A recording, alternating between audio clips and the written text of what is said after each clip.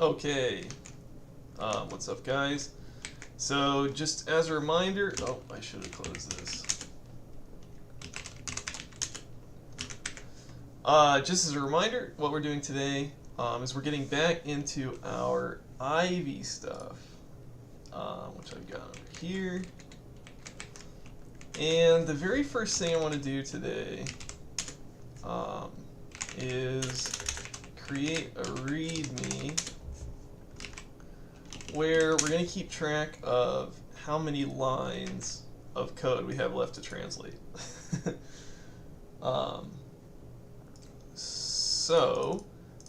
I was going to do initially is I was just going to copy and paste the output of this command. Maybe you guys make it a little bigger.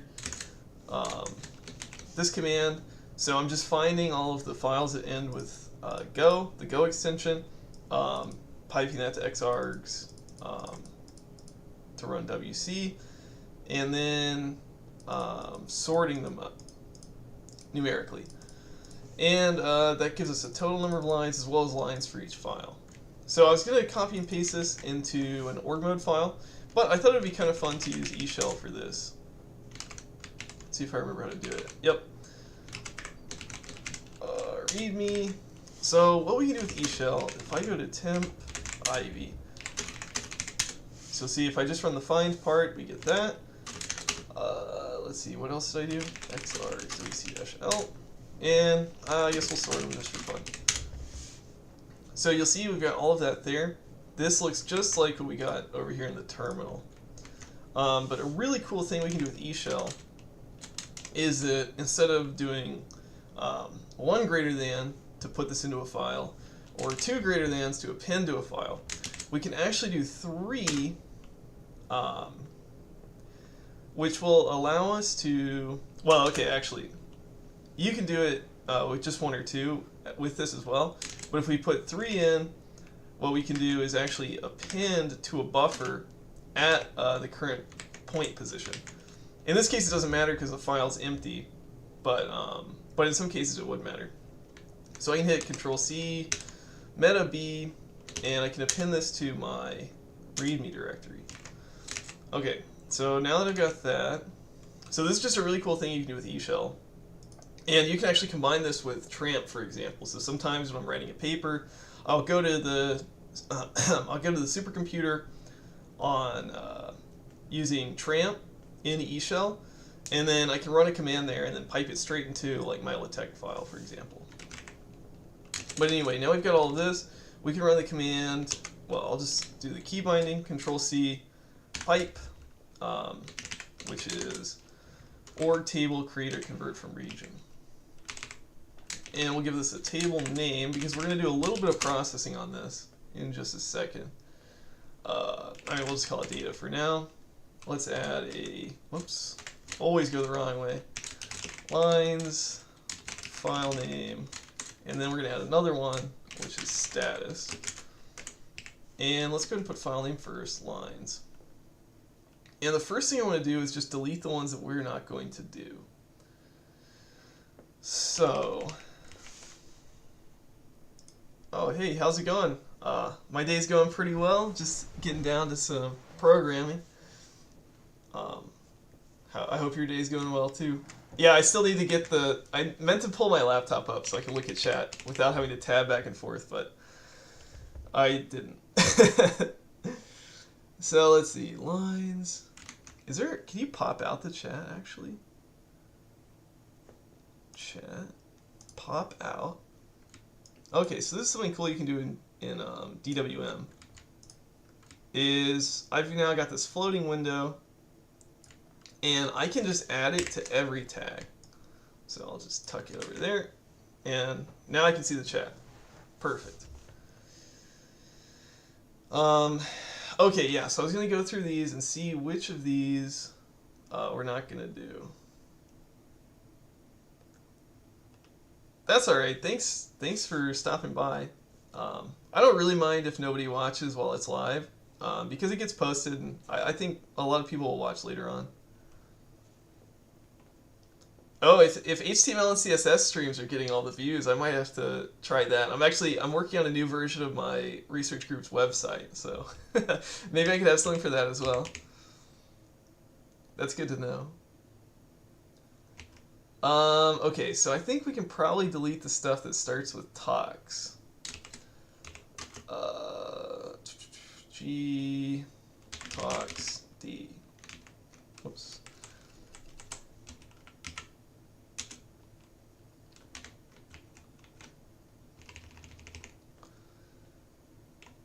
Well, we'll just do it manually just in case. I don't want to lose too much stuff. Okay, I think we're also not going to have the demo. We're not going to have any of the mobile stuff. Value, no mobile. We might need that. We probably need this. I think we are going to want the tests. I guess we want run. Parse. No mobile. Don't care about the docs. Parse, value. Okay.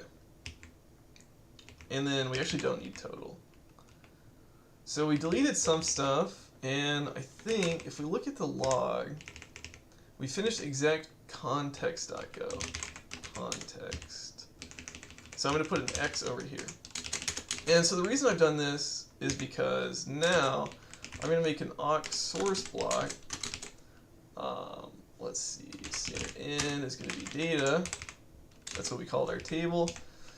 And basically what we're going to do is we're just going to say total equals this.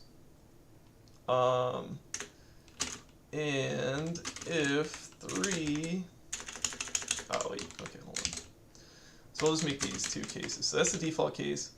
And then if 3 matches X, then we'll just say done plus equals 2.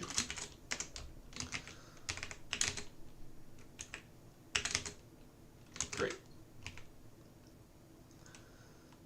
And then at the end, little print. I guess we'll do 0.2f. Done out of tote times 100. And if I run that, 2.19%. Which makes sense. We haven't done very much just yet. And we'll just make the print a little nicer. Oops.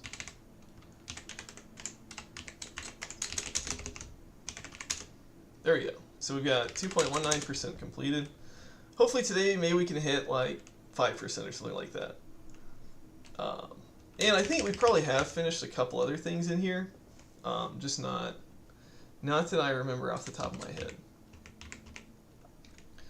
So let's go ahead and bring this back over here. Yeah, I guess we'll commit that. Add readme with progress. Great. And now let's go ahead and jump back into it. So I don't quite remember where I was, but I think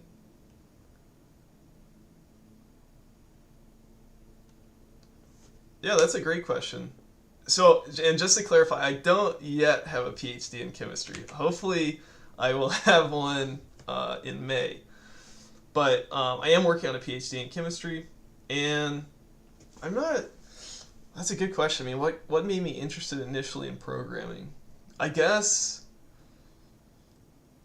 I don't know. I've always been kind of like drawn to computers. I played a lot of video games when I was a kid. Probably like a lot of people who like computers.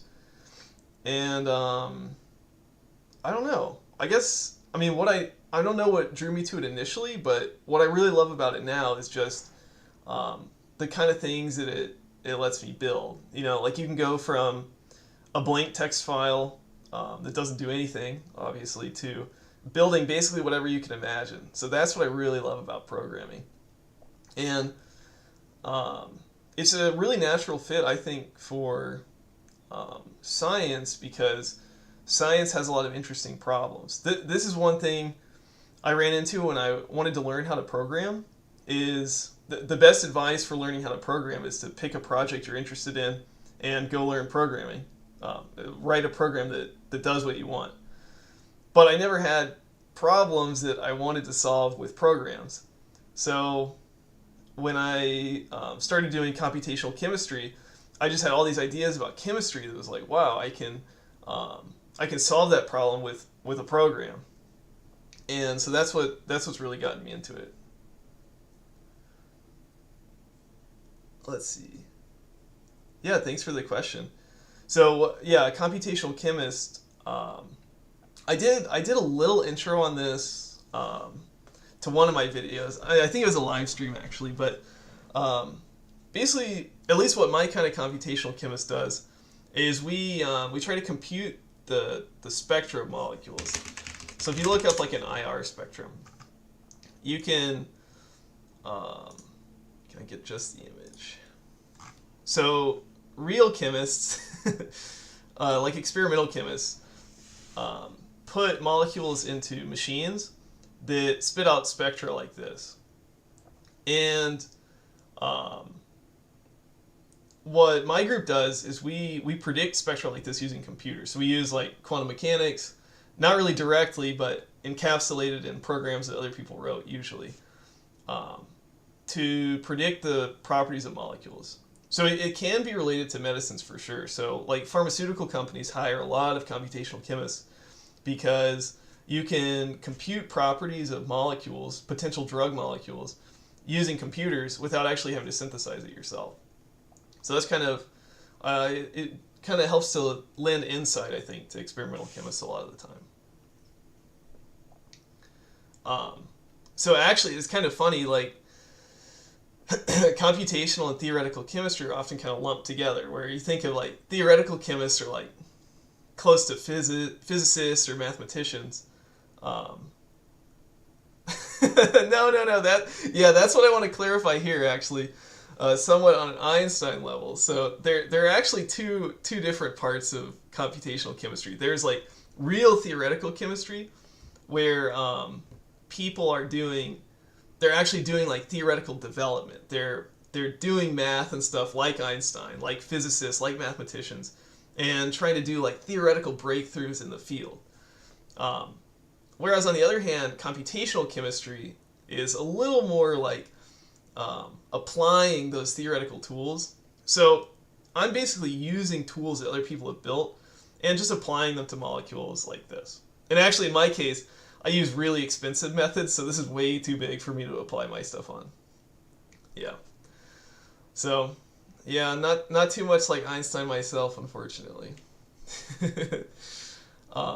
And funnily enough, chemistry was probably my worst subject in high school too. It wasn't until I got to college that I really started to enjoy it. Yeah. Same with computer science, actually. So I failed the AP exam for chemistry and for computer science. And now I do computational chemistry. So don't give up on at least on the first try.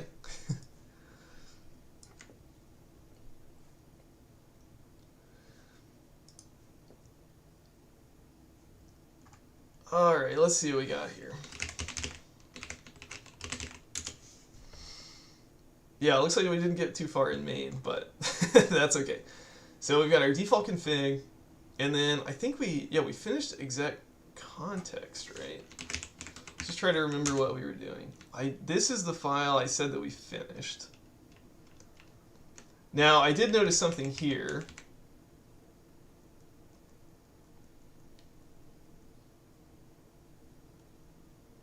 Oh, nice, gotcha. No, thanks for the questions. I should really make a video about this at some point. Yeah, because I had no idea that computational chemistry even existed when I got to college. I started out first I started out in engineering, and then I switched to biology, and then I liked chemistry, the chemistry classes in my biology degree, a lot more than the biology. So I switched to chemistry. Not really knowing what I would do about it or do with it until I heard about computational chemistry from one of the professors at my university. And that's when I really fell in love. No, I really do appreciate the questions. They're great questions. And stuff I have been wanting to cover anyway. Okay, but yes, back to the rest. So I noticed right after the stream last time, actually, that we could write this a little bit better. Because all we're doing here is we're going through self.variables, and we're returning if any of them, I kind of gave away the answer here, right? But if any of them is equal here. So we can actually do self.variables.iter .any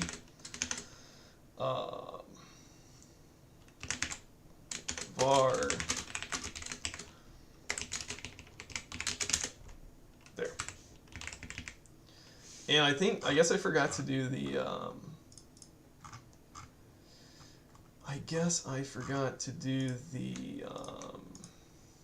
doc string on this one. Oh, it didn't have one. Okay. Check if up is defined as a variable. Something like that. Okay. Clean up is variable.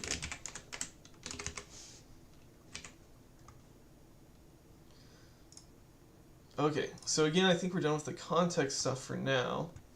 And we're going to skip all of this for now, because these are flags and stuff. So I think the next thing to do is just start working on this scan. Now, one thing I was a little bit worried about with this, let me try to move this. I guess I'll just make it a little smaller. One thing I was worried about with this scan stuff is I wasn't sure if these are... I wasn't sure if scanner is like a new type specific to Ivy, or if this is just an implementation of the scanner interface. Because I think... Go scanner. Type scanner. Oh, okay. So if scanner... IO reader. I thought there was like an IO scanner interface, but maybe not. Type. It doesn't look like it. So scanner must just be its own thing. I guess it doesn't really matter in our case, but I was curious regardless. Okay, so we're in the scan module. So let's go back. Let's go to our lib. We got a config module. We've got exec module. Got a value module. So now we're going to add a scan module. Yep, I'll create the module. We'll go to scan. And here we go. I guess we'll just start at the top of the file again.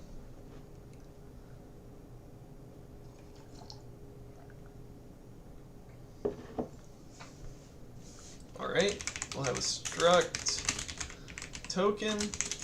Oh boy. What is type? Oh, type's right here. Oh boy. Okay, so this is going to be an enum. Type, of course, type is a keyword here. We should probably think of a better name, but we'll just go with this. Type. Line. The line numbers, that should be a U size. And then text string. Okay. Enum type.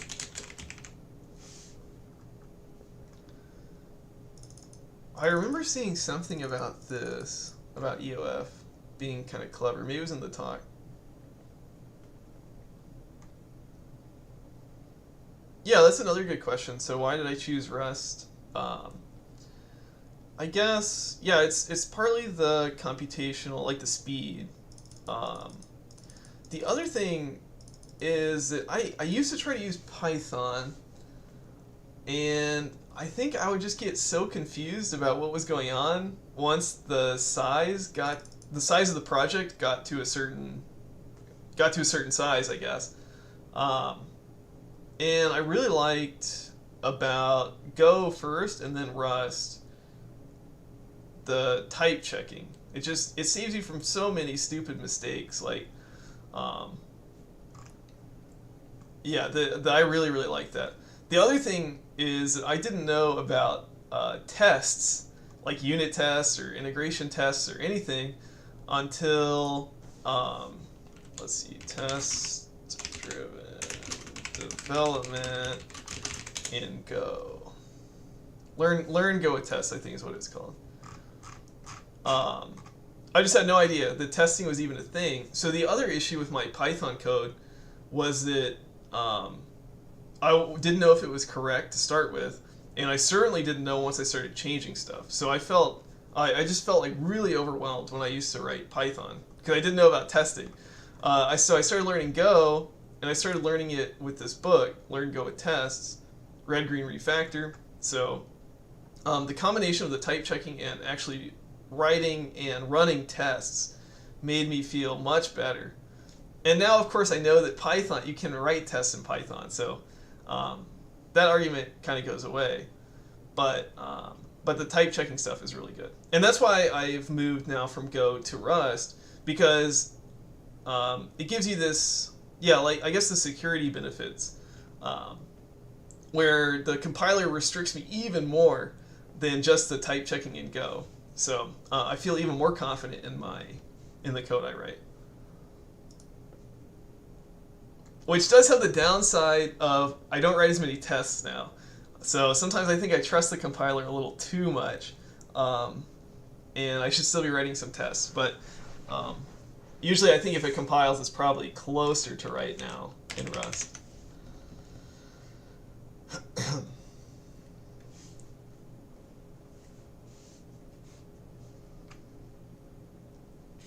Enum type. It's also, yeah, one more thing. It's also really convenient to be able to deploy like a static executable. So a lot of the code I write it on my local machine, and then I just ship the binary itself off to the supercomputer to run. And that's really, really handy because, like, I think now we're allowed to install packages. Like, I think we can use Conda to install Python packages ourselves now on the supercomputer. But for a long time, like, if you wanted a Python library, you have to like email and make a request for the administrators to install it. So I know some other people in my group who write Python were kind of hung up for a while. They were just waiting. Like, we can't run this on the supercomputer because it doesn't have the libraries we need. So I love being able to compile Rust locally, upload the binary, and just run whatever I want.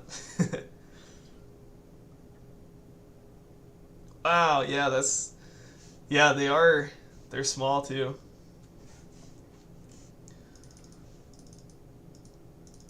Much nicer than having to like clone your Python repository and hope all the versions and stuff work out. Enum type. Alright, so we've got EOF, which I guess is just unit. I guess these are all unit for now. Error, new line, assign, char, identifier.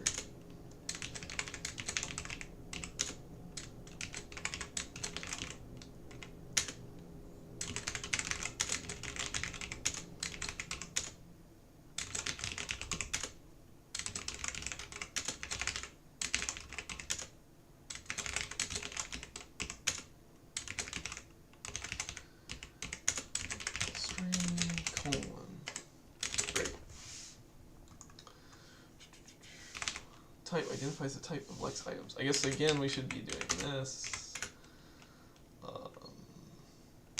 Identifies the type of Lex items. And a token or text string return from the scanner. I'm also thinking this scanner stuff, this certainly looks a lot like an iterator, right? But I'm not sure if we'll actually implement it as an iterator.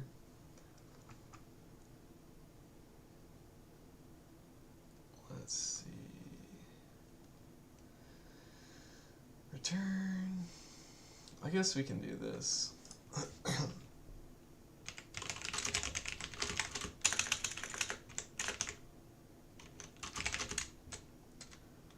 Token.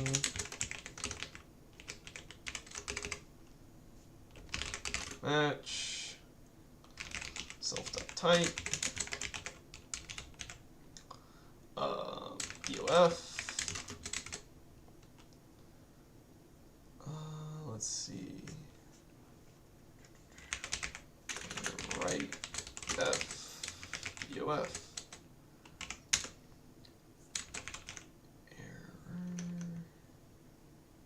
Oh, right. I always forget to do this. Type error.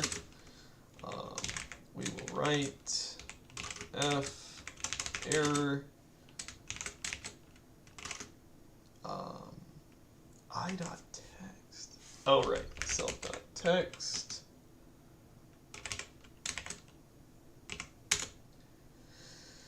Case.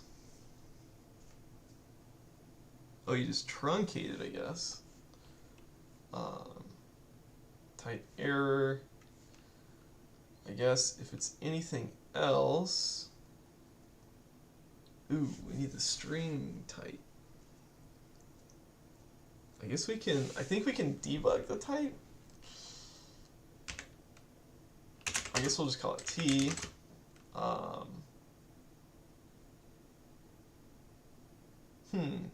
This is kind of interesting. Oh, right, the ... I was going to say this is kind of weird because you could just always truncate it to 10. Yeah, okay, but I guess you don't want this. You don't want the ... So, okay. We'll probably just print all of it. It's fine. Well, okay, no, I guess it could be quite long. Okay, we'll just copy what they have here. Right. So we got this, colon. We'll do something kind of cute at least. No, I guess we won't be cute. Self.type. Self.text. If self.text.length greater than 10, we'll write this, else we just write this.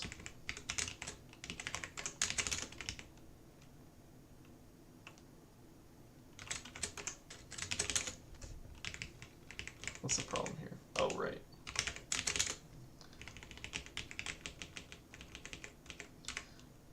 And this, we're gonna do debug for this.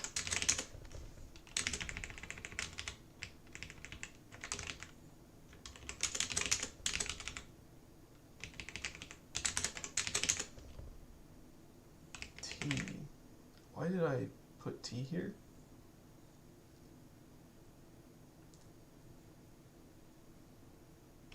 Oh. Okay, yeah, I guess. That's fine. So we could just, I mean, we could just use underscore. Whatever. Okay, const EOF is -1.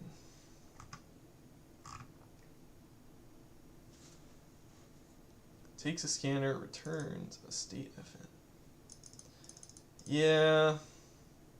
Okay. Yeah, I mean, this is like definitely an iterator, right?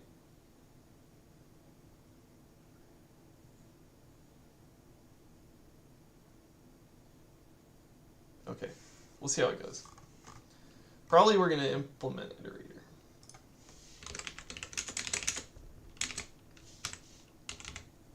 So there's display for token. I'm going to skip these two things for now. And we can do struct scanner.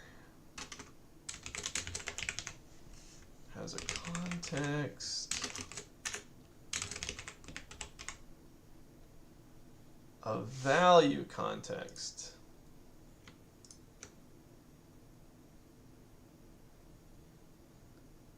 So there's only one implementation. Is that right?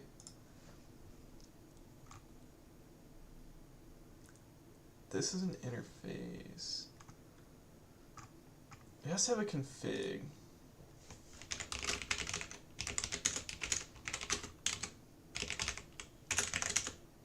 Oops. Basically, what I'm checking right now is how many actual implementations of this context are there. Because if there's only one, we'll just use the concrete type, and we won't have to worry about this, this interface. If I go to value, I guess I do have a trait.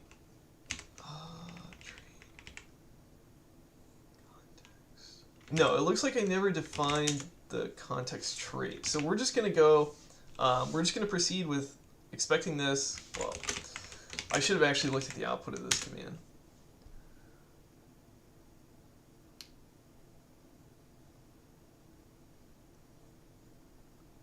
I don't see any.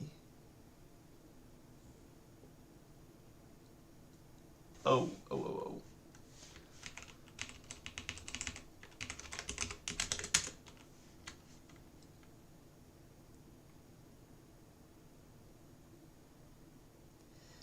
Yeah, I thought it might not take that long, but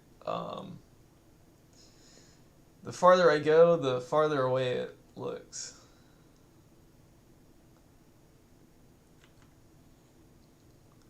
There is a chance, of course, that I'm just thinking about it too much, though. We might just be able to, we could probably really, like, blast through it.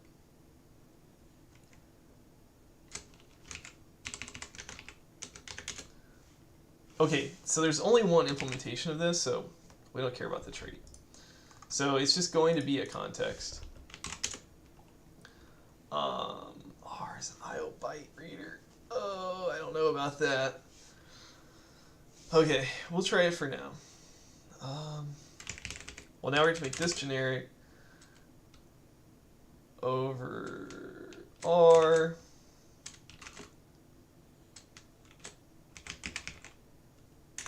Read.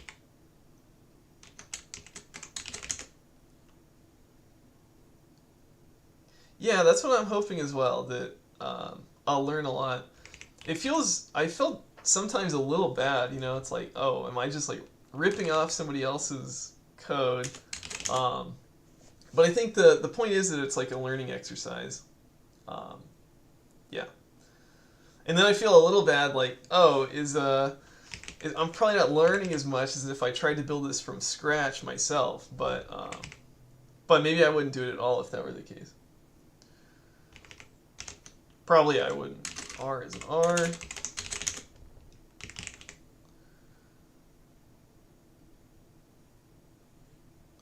Why do I need... Oh, of course. Context. Oh, boy.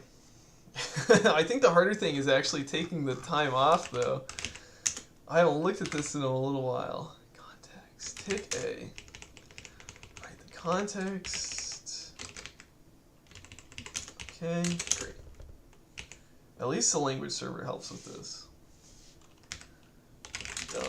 Bool. Yeah, I'm definitely hoping that I'll be able to use algae for like data analysis. So that's the other thing. I guess I should probably try using Ivy to see if I even like it, but I am hoping to use this. I guess I'll make this evacuate. I'm not sure if that's going to be right yet. Input string. We'll call R's last char.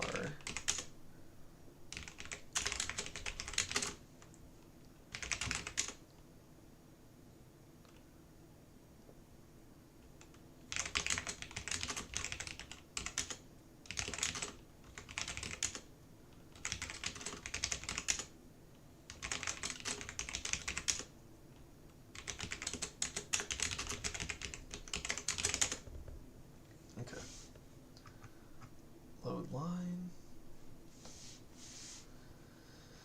We'll double back for the documentation.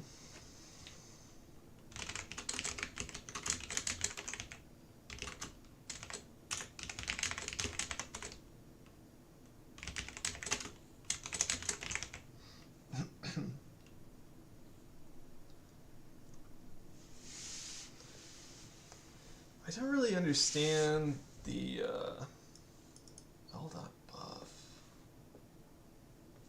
I don't understand the slicing thing.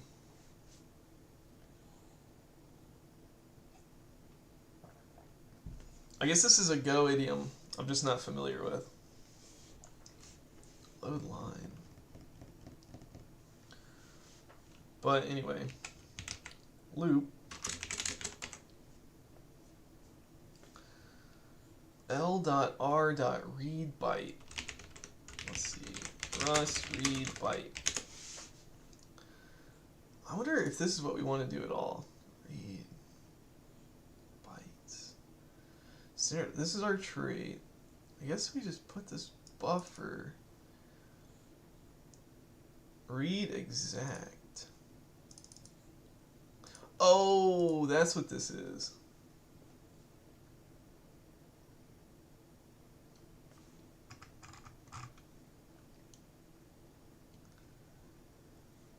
Yes, I totally. Oh man, the lifetimes last time were really, really getting me. And I had thought before the last stream, I was like, oh, I don't really have trouble with lifetimes because most of the time the compiler infers them for you, right? Like I rarely have to write lifetimes, but when they pop up, they can be a huge pain. Yeah, I got really confused last time. For sure. But yeah, but also I agree that it does end up saving you in the long run. This function reads the exact number of bytes required to fill buff. Buff is this. I guess that's why, let's see, buff read.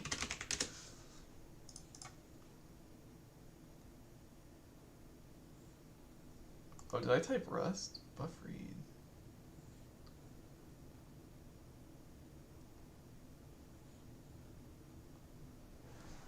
Yeah, the multi-threaded code. I think I basically always just like move stuff into the threads. So I probably do a lot of stuff like that. It's probably like I'm probably not writing very good Rust. But I'd actually be glad to know that. So if people watching the stream, you watching the stream, if I do something wrong, please let me know. Because I don't get my code reviewed or anything, right? I'm just like, I'm out here on my own just writing a bunch of code that seems to work, but probably is not idiomatic or anything.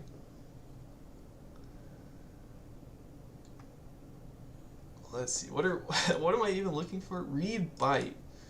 Read byte, what does this do? Reads and returns a single byte. Okay.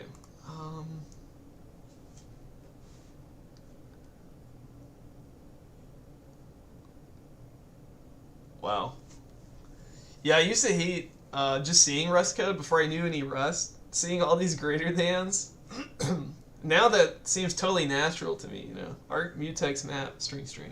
I mean, it's complicated, of course, but it doesn't look that bad. Do I need to look? Is there like a bytes read? Bytes. No. I think we might just have to read exact with like a buffer length 1.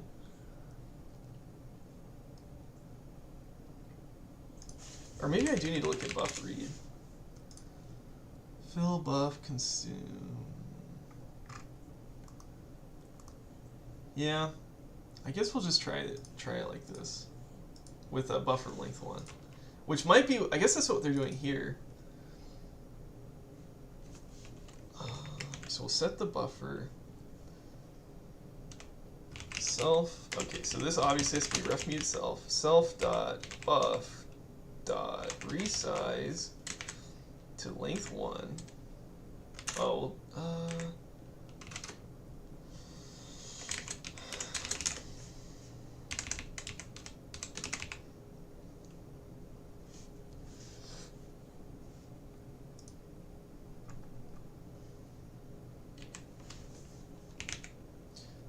And then we can call self.r.read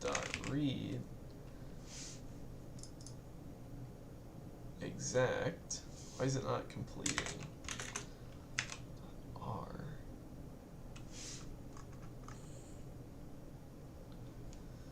Maybe this shouldn't be. Yeah, it's read. This is read.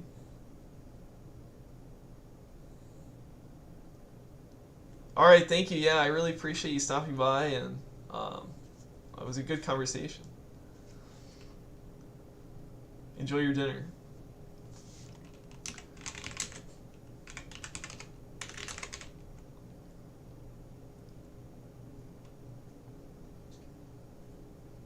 Oh wow, thank you. Yeah, that would be great. I hope I'll unlock that soon too. Thank you.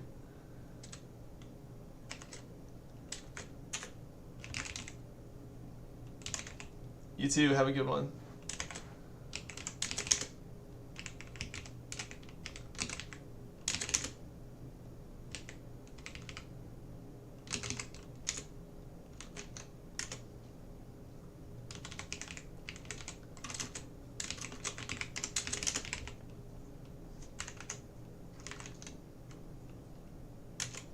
Oh, I guess I'm just supposed to say R here.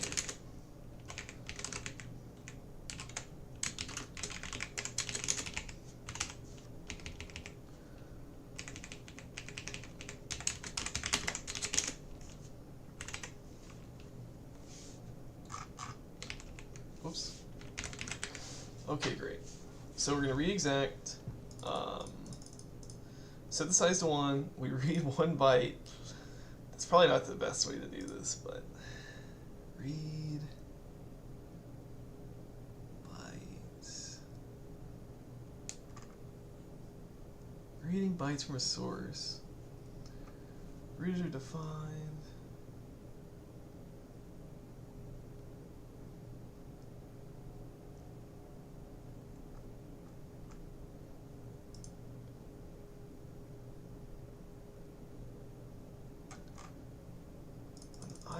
Byte reader. I guess probably what we're supposed to do.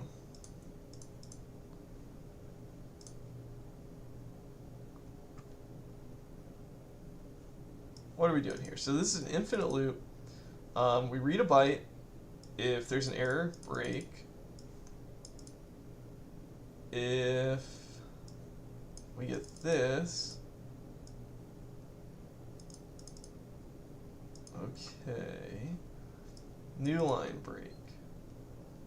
Okay, so we just read bytes until we hit one of these cases. This seems really silly. But anyway, we'll just do it, we'll try it like this. Let's match on this. Fill arms. So what does it return actually? Okay, unit, of course. Okay, okay. Well, I guess we don't do anything actually if it's okay. So we really only care if this is error. Then we set self.done equals true and break. Okay. If and then we can say let, well, yeah, that's fine. Let's C equals self.buff 0. If C not equal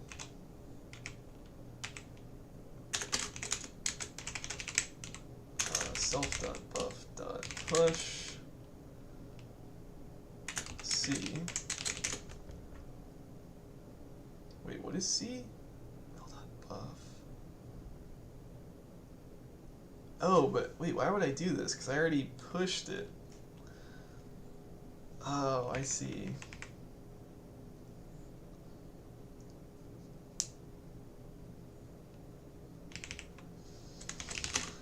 I guess we'll do this. Let buff equal vec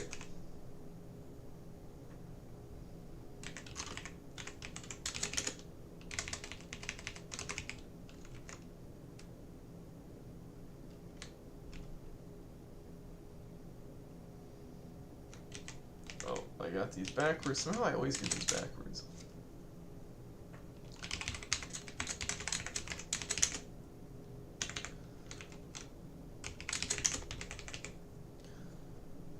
Okay. So don't do this. This needs to be mute. Take out the self. Okay, so we're just gonna read one byte. This really doesn't seem like the way to do this.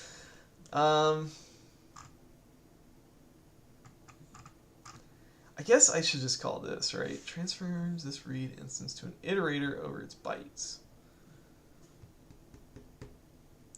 The yielded item is okay if a byte was read.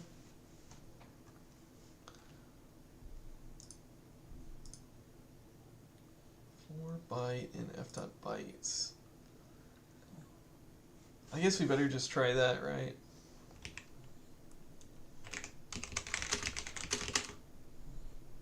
Well, I guess they call it C. So for C in self.r.bytes.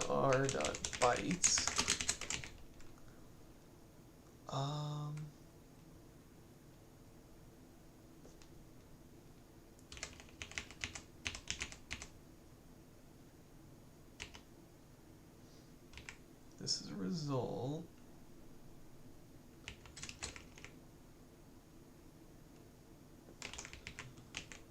If C dot is error, self.done is true, break. Otherwise, if C not equal R,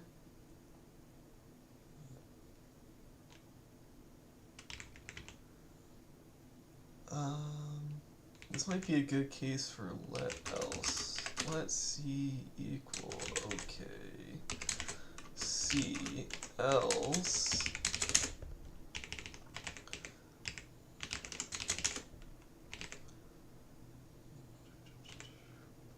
wait, so C at this point should be a U8, right? Oh, I always put it on the wrong one. Okay, there we go. Expected U8 found char.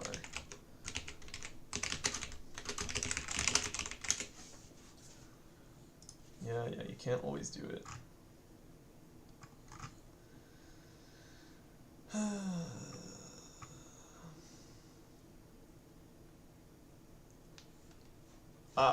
Okay, nice. Now, what's the matter? Can't move out of self.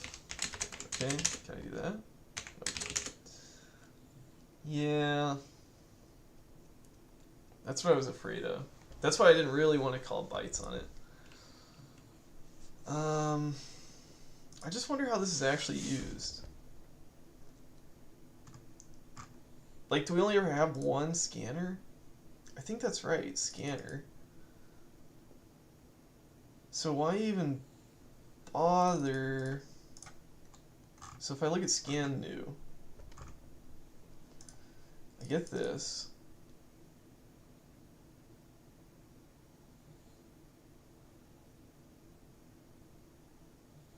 Okay, is that what I want? Ref mute. Whoops.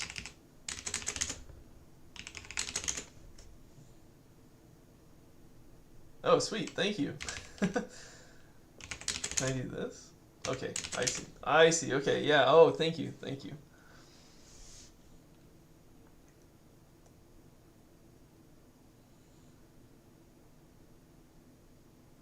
Gotcha. Yeah, because if you just put it without the parentheses, you get, you're borrowing the bytes itself, right? Okay, great. Thank you very much. So now we're looping over the bytes. If we get this, I don't really understand this. There will never be, there will never be a /r in L.input. Anyway, okay, and if C equals new line,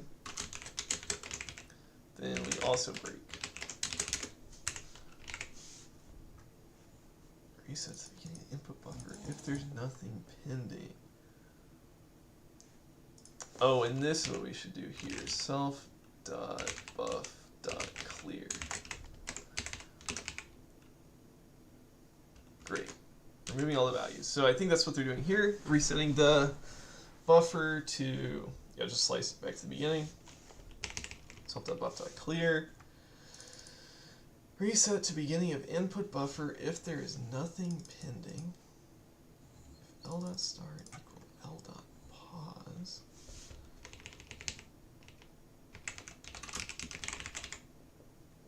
Not L, self.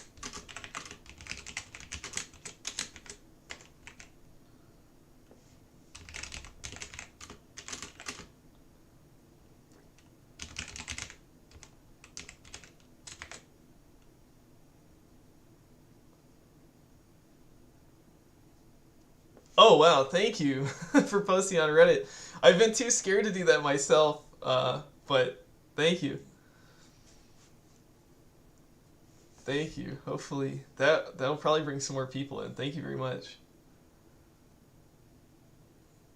To string. Wait. Oh boy.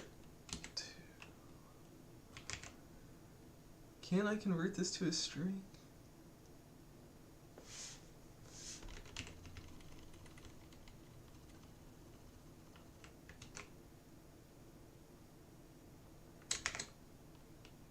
I don't think that will work here, right?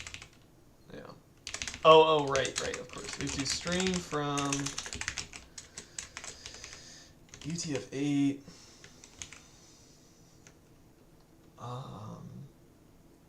I guess we'll just unwrap this.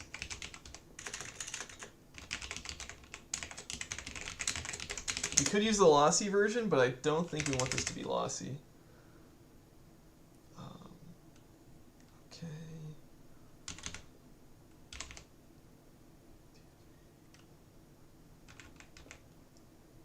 Ooh. I guess I have to clone it?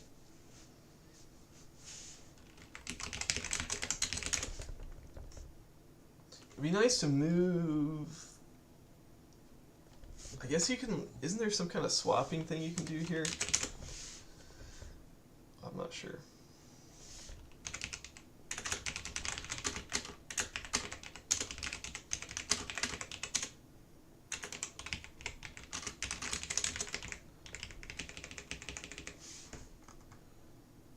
Start position, current position. Reset to beginning of input buffer if there's nothing pending.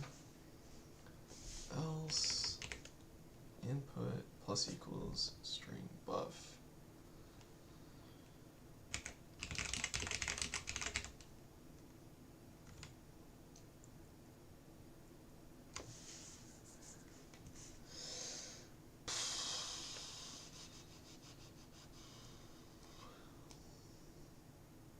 So we need to add the buffer to the string.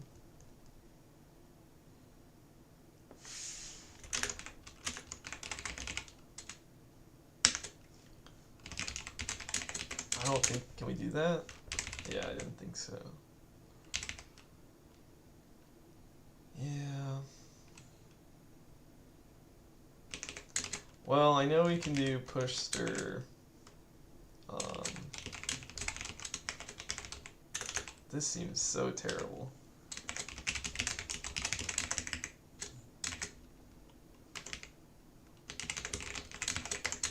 That's awful.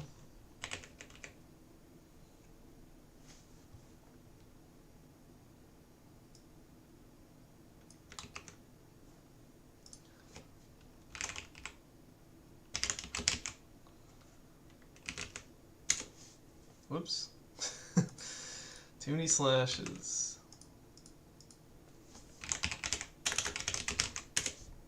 Yeah, I wondered about that. Sorry.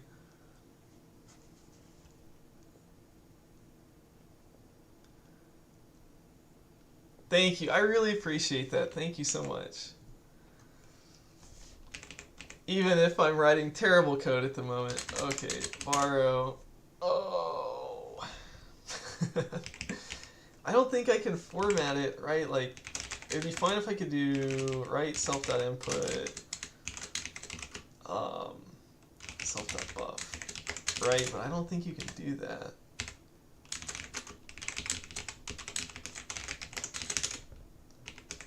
Self.buff doesn't implement display. Yeah. So anyway, we'll just do this. It looks terrible. I'm sure there's a better way to do it, but it'll work for now, I guess. So I guess that's load line. What are we even doing here? Clear the buffer. Loop over the bytes. If there's an error, set done to true and break. We check for this. If it's not that, push it.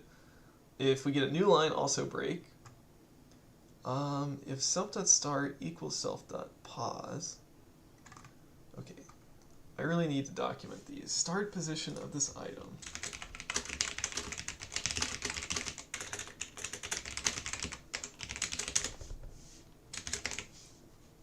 I guess we'll document the ones that we have to check the documentation for. So start, pause is the current position in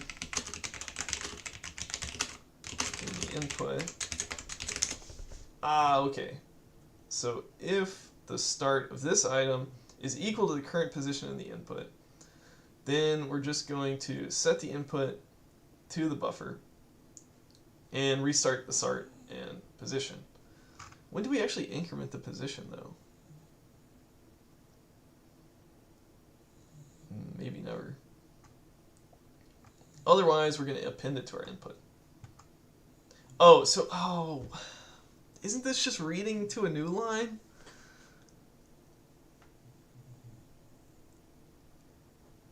Okay, probably there's some reason they did it this way, though, I guess. Let's hope. This looks a lot like just reading to a new line. We'll do to do looks like reading to new line, which we could probably do. I guess we'll just write it all down, which we could probably do with lines. Presumably there's a reason to do it this way. I guess we want to update some stuff. Yeah, not sure. Read rune. Read self. This returns rune and int. Okay. Char? I guess it's actually supposed to return a U8, right? UI8 and usize. If not, self.done and self.pause.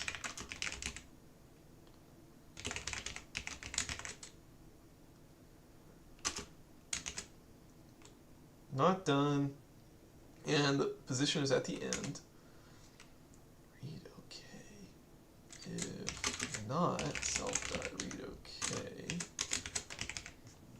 Panic, incomplete token.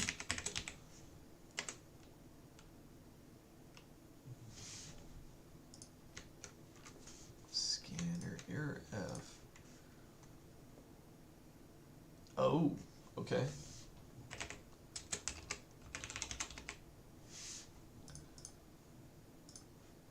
Error F.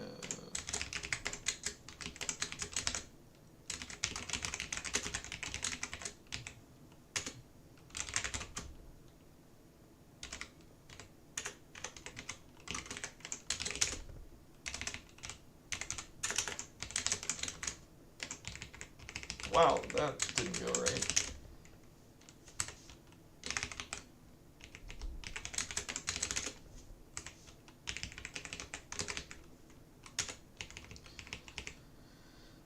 Okay, now what is error F supposed to do? Self. This has to take ref v itself as well. Self.token equals token.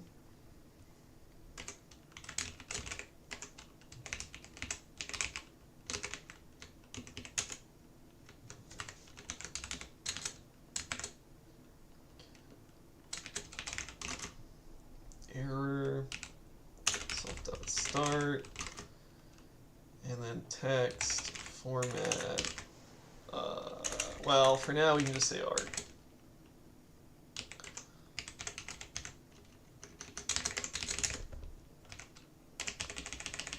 And this needs to be type error. Self.start is 0, self.pause is 0, self.input clear. And it returns nil.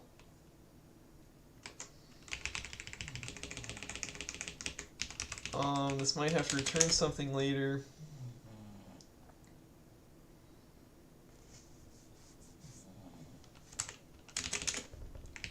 Okay, great. So let's go back here. We took care of error F. Otherwise, self.load line. Okay.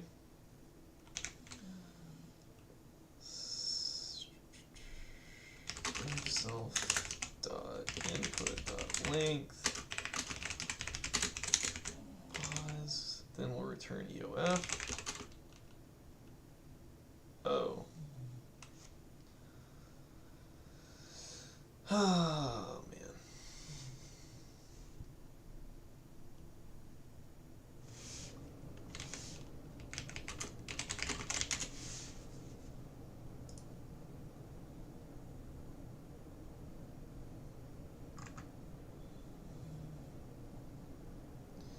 Probably gonna have to do an option here. Not sure. Or a result. I guess we'll do. That's another thing.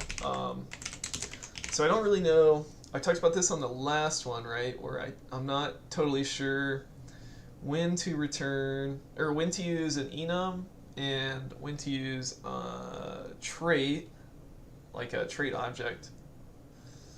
And this is another thing. I'm not always sure. I'm not always sure whether to use an option or a result. I mean, it seems obvious from the name, right? Like, can something be, is it like an error if it fails, or is it just like optionally not there? But like in this case, is it, I'm not sure if it's like an error or if it's just like a none thing. Maybe that sounds dumb to say it like that, but hopefully that makes sense. So I guess we'll just say this is sum. It doesn't really seem like a result type thing, so we'll go with an option. And in this case, we return EOF. So none indicates EOF. I mean, I guess it could be like a result.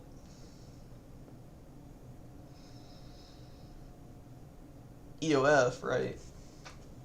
Like you either get a OK byte or you get like error EOF. But I'm not really sure.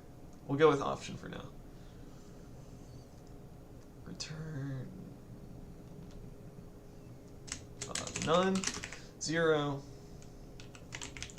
and then finally decode rune in string. Oh boy. Decode rune in string.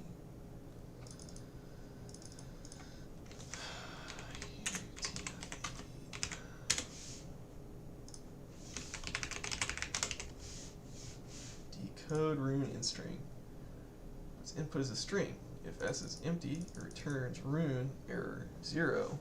Otherwise, if the encoding is invalid, oh man, do I even care about UTF-8? Probably I'm supposed to. Hold on, input. So what does it take? It takes a string, returns a char.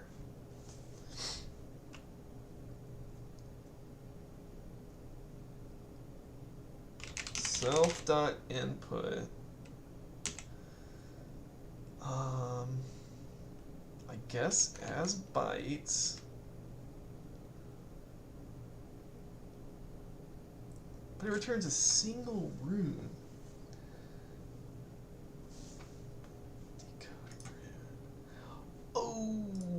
okay.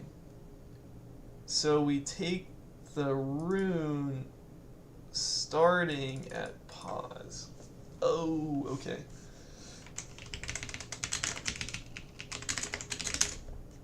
Now that's one thing I do miss from Go, is having the multiple return types without having to wrap them in a tuple. One of the things I miss. Okay. So self.input is a string, so we're gonna do as bytes. This can, okay, no, can't fail.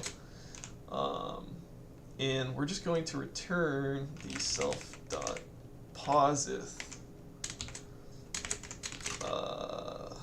What else does it return? Size. Okay, stir. And it returns the size. I kind of guess it just returns. We'll probably just return 1 for now.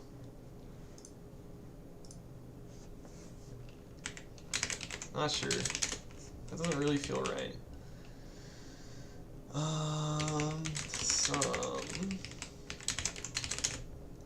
Fine. Perfect. Probably not perfect, but fine. Now I'm very curious. Whoops.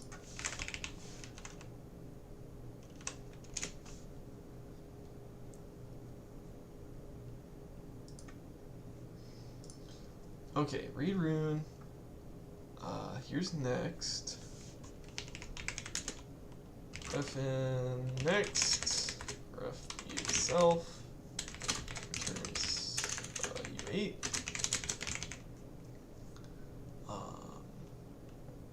Last rune. Well, now this. So now the options are going to propagate.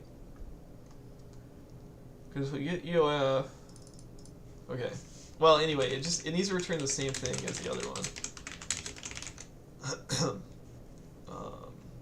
Next,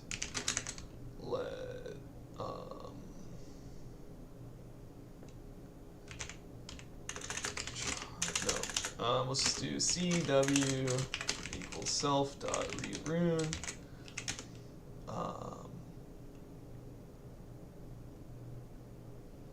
Self dot pause plus equals W, and then we return C. Okay, just pass it along. Peak.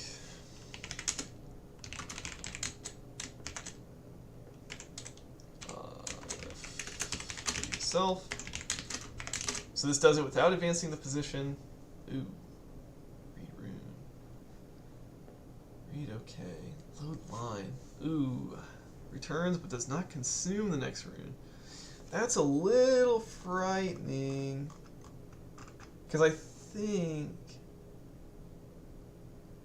r.bytes. I wonder, I think we're probably not actually consuming it up here. L.r. Oh, but it's r.bytes. Oh boy. Read byte. Oh, does it leave it, I guess does it leave it in the buffer? I'm getting kind of confused. I think I'm probably just going to be confused until I get to actually see it run. So, okay, we're just going to take our best guess at it for now, and then when we actually run it, we'll see what happens. So peak turns an option 8. Okay, we're going to call read rune.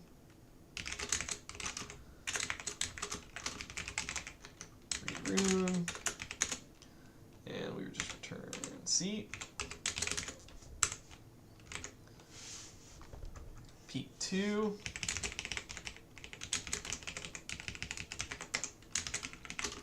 Return the next 2 runes without consuming anything. So we got C1.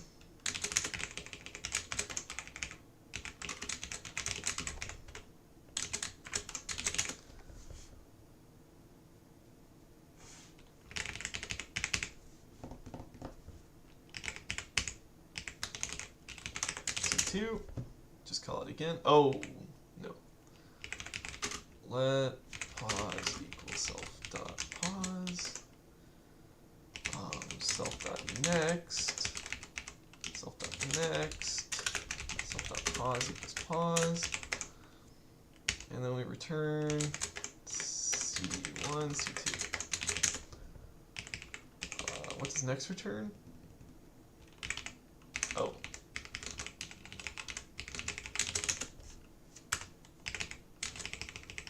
Okay, sure. Back up.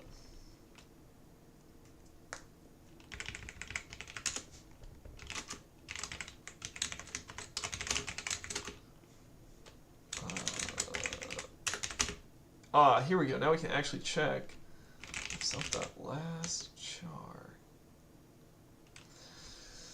Oh, now last char needs to be an option.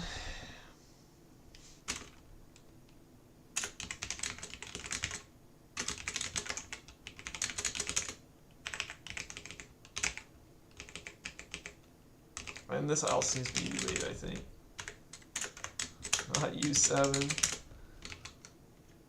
Yeah, I don't think we've used this yet. Okay, we just return self.pause equals self.start, self.errorf, internal error, back up at start of input.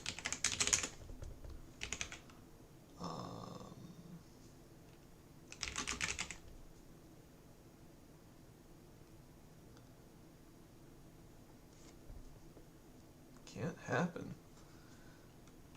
Pause, self.start. To do. Let's not put to do. Well, we'll say to do. Can't happen? So, So I guess this means that like backup shouldn't do anything, right?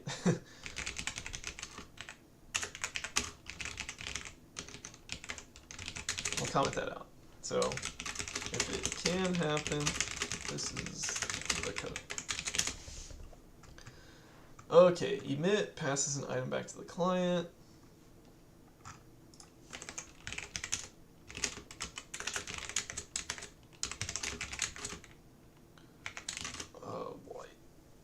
Yeah, I'm pretty worried about this state FN thing.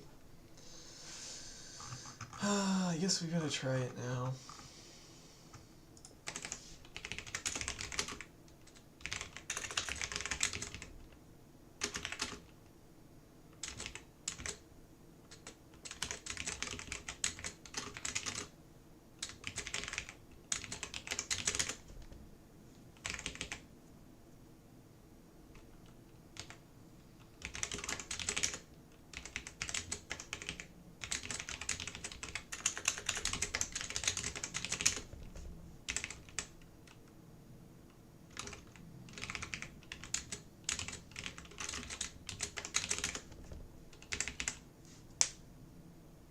Oh.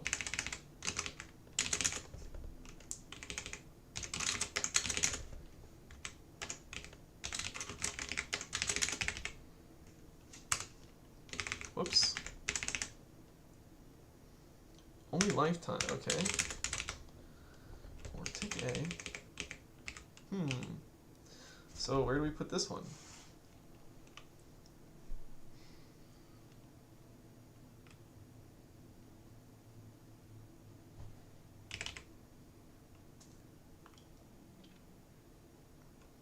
Scanner.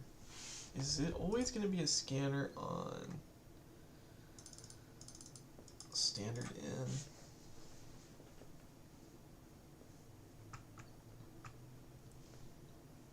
No, sometimes you use it on the file, right? So I think we actually do want this part to be generic. Over some kind of reader. Yeah, this is a bit circular, isn't it? Yeah. Cycle detected, of course.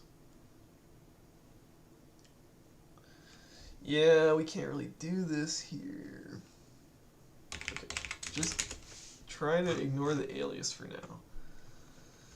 And emit, we'll leave the return type off for a second and try to get the language server to do it for us. Okay, emit. Oh, it takes a type as well. T is a type.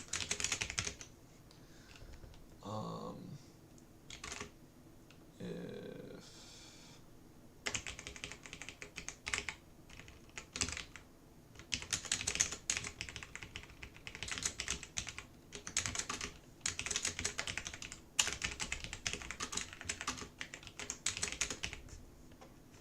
great, let text equals self.input from self.start to self.pause. Config be self.context.config.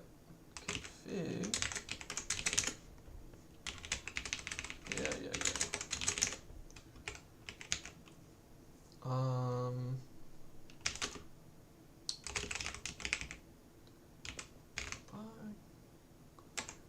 Seems like I haven't done this yet. Config.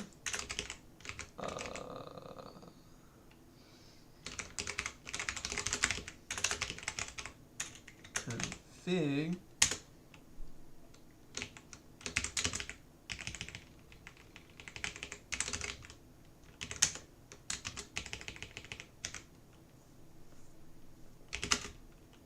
Do we even have debug flags?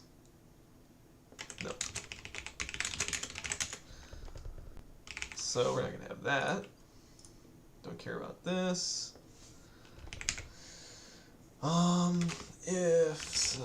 No more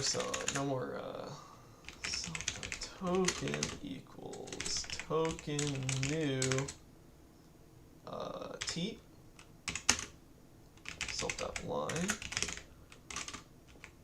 text self.start equals self.pause. Yeah. To owned. Pause, and we return nil. Oh god. No, it's not gonna help us. Okay. To do return something. None but of state fn. Something like that. So, I mean, this is cool, right? You're trying to return like these functions that take scanners and do stuff. So basically, you're combining the state of the parser with what to do in that state. We'll see if we can actually do that, or if we have to do it a little differently. Okay. Fn accept takes reference itself and valid, which is a string. Return the bool. If valid contains self.next true.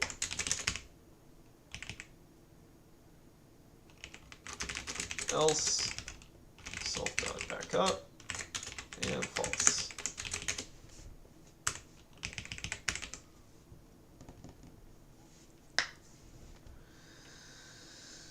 Found closure. Oh boy.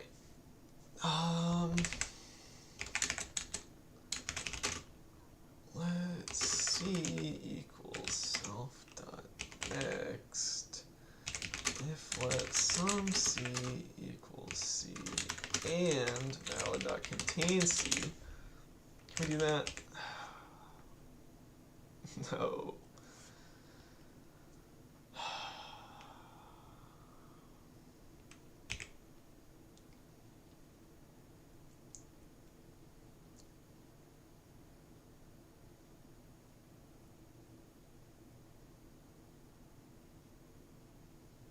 I guess we have to back up. Oh, this is annoying. If let sum c is c, if valid.contain.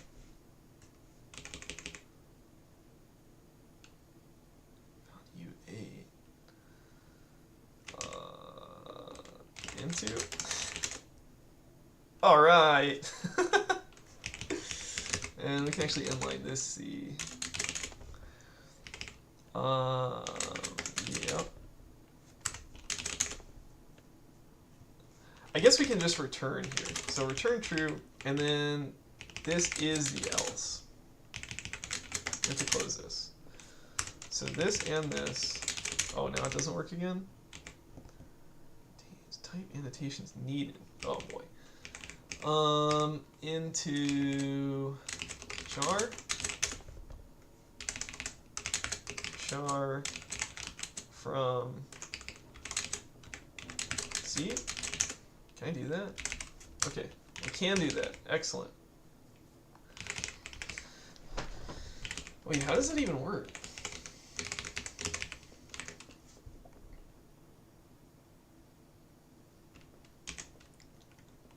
Maybe it doesn't work, but it at least type checks. Self, no. Fn accept run. Ref itself invalid string.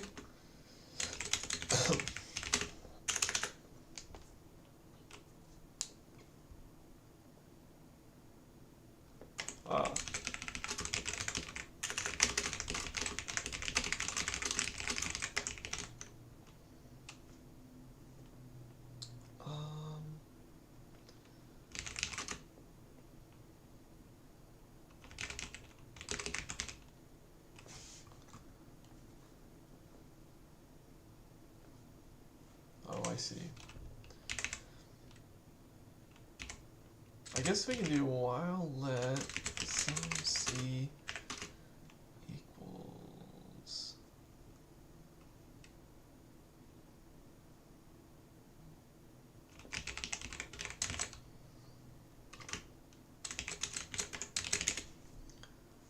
so that gives us one layer.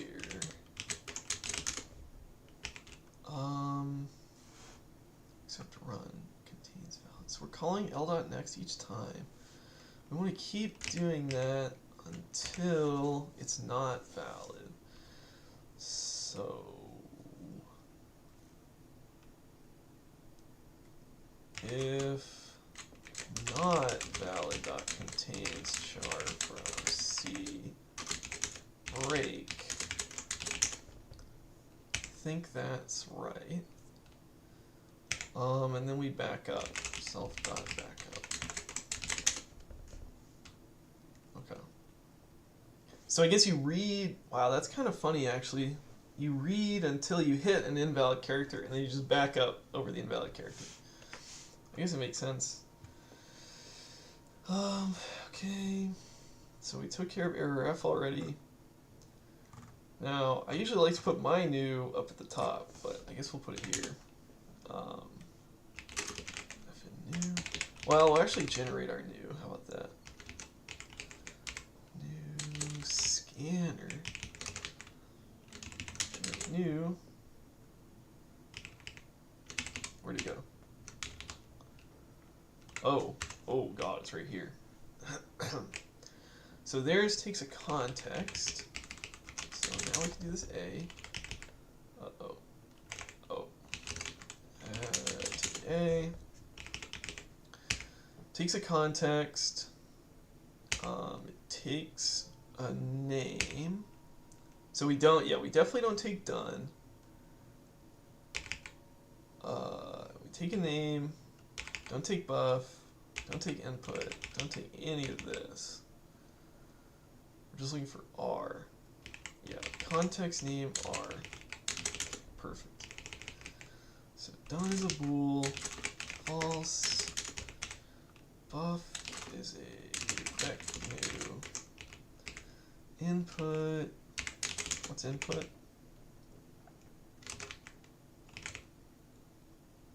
I forgot what input is. Input is a string. Last char. Option. I guess it can be none for now. We never set last char though. That's with 0, read OK, false, line 0, position 0, start 0, token. What's the default value of their token going to be? I think EOF.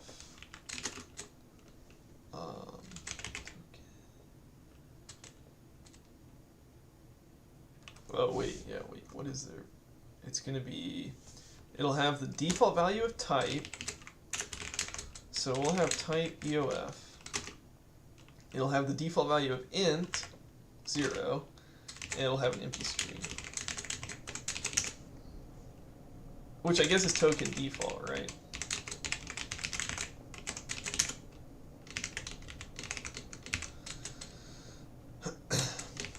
And I guess actually this is all. Okay. These are all the defaults.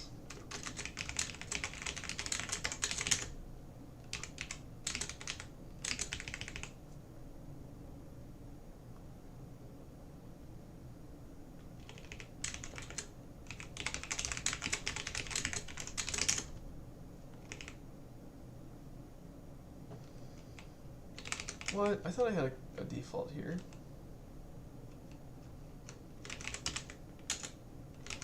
Oh. No, yeah, that doesn't make sense, does it? Okay, let me just undo that. This is default, basically. Token default. We can have a token default.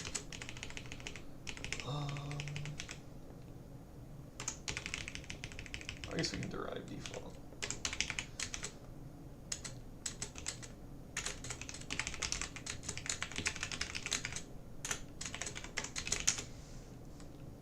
And now we have to do a default here. Default. Default. Great. Token default. Okay. So we just did that. Except run errorf. We did new. Oh my. Way too far. Okay, so this is where we're going to get into the real work. Next. New. Didn't we do next? Wait.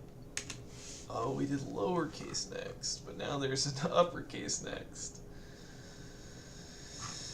Okay.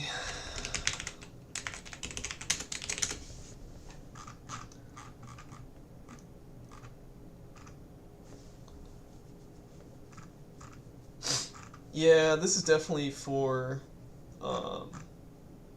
I think these are definitely for scanner.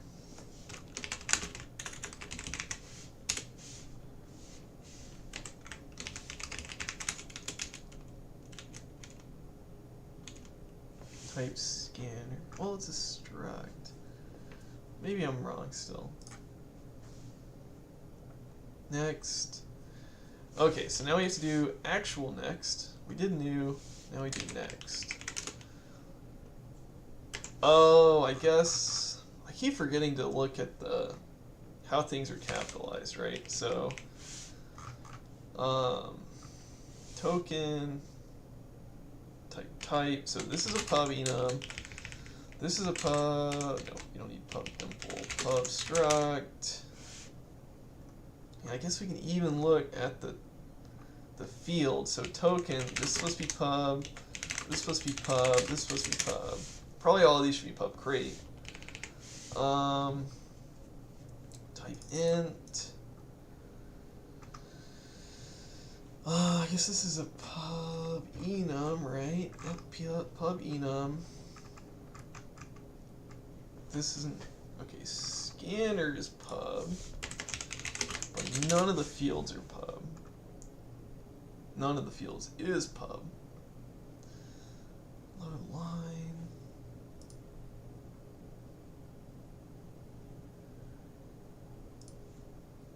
Load line. Let's see.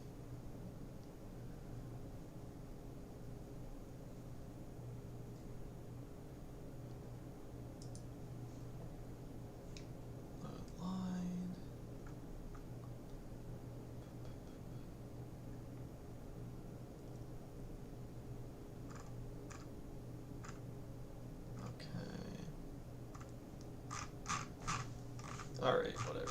We'll figure out the pub stuff later.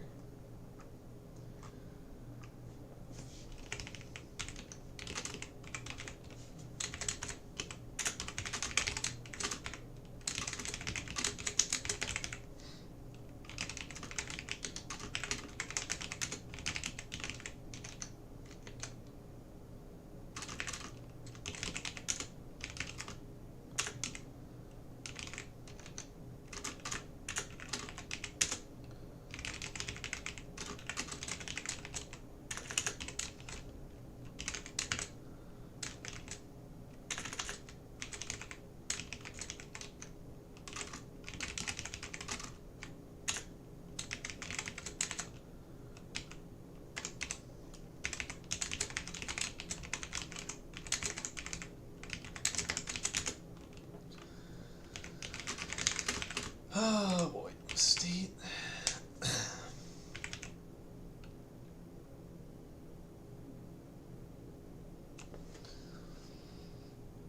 Oh boy.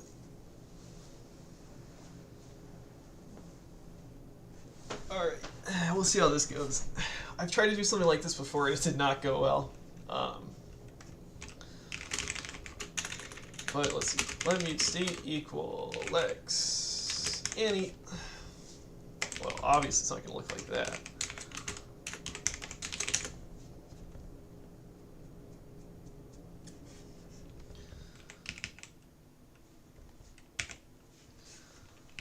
Loop.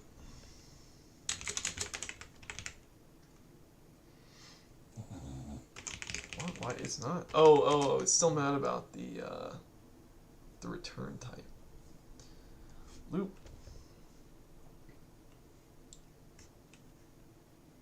State equals state of L. Ah, okay.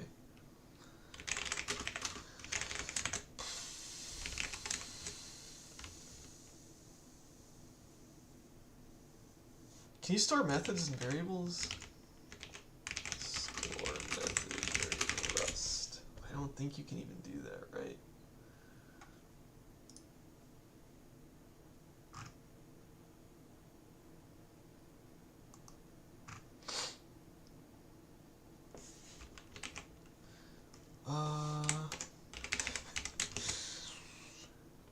Self.state.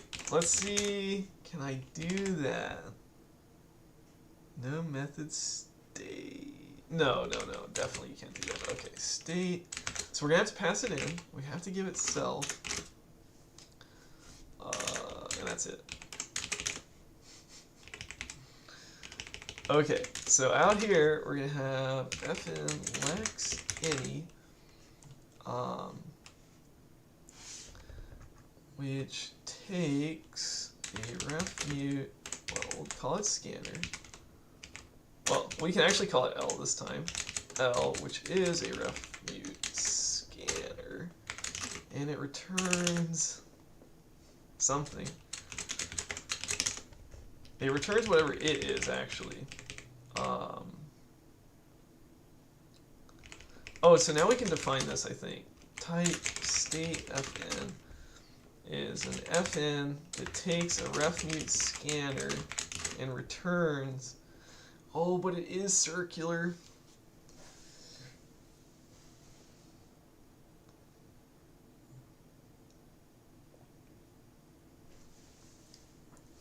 Oh no. How does Go let you do this? A recursive type alias.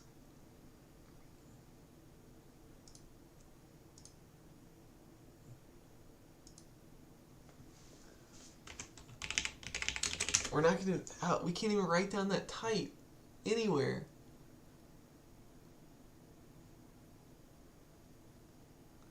I guess our only hope is that we don't have to write down the type.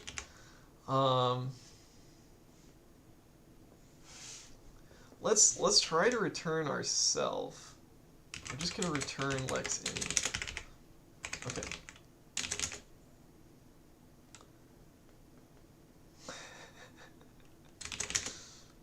Yeah, no, because this goes on forever, right?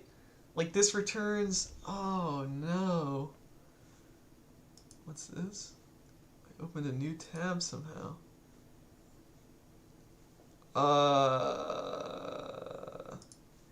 Yeah. Great.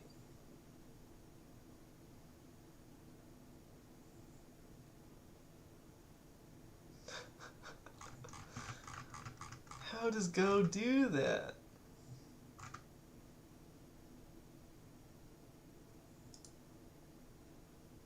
Yeah. Look, we can even confuse GitHub, right? We can just, we keep clicking on the type definition, but this is the type definition. Oh boy. I mean, this is a nice idea, right? How do we do it in Rust?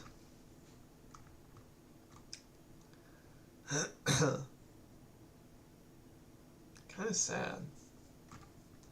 I mean,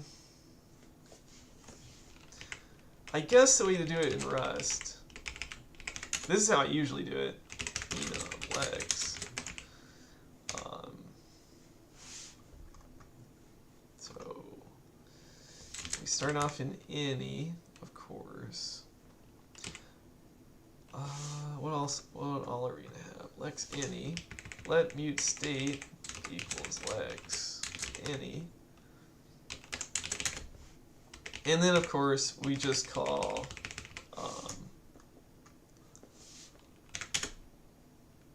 impl Lex run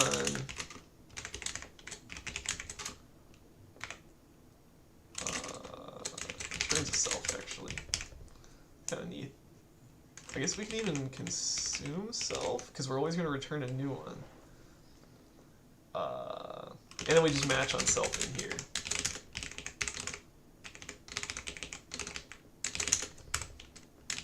Okay. So we let state equals state.run. Great. Well, that wasn't so bad. It's not quite as cute as the Go version, but it's not so bad. Okay, so we call state, and then we have to have a none.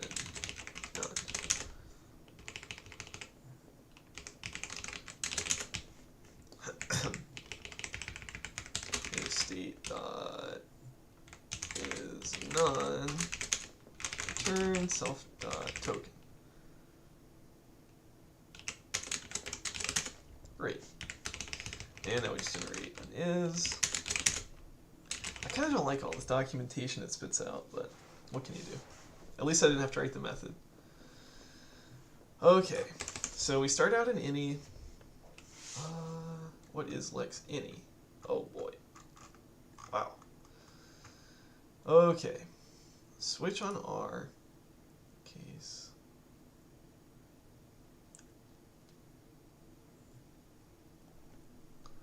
L.next. Yeah. It's kind of sad.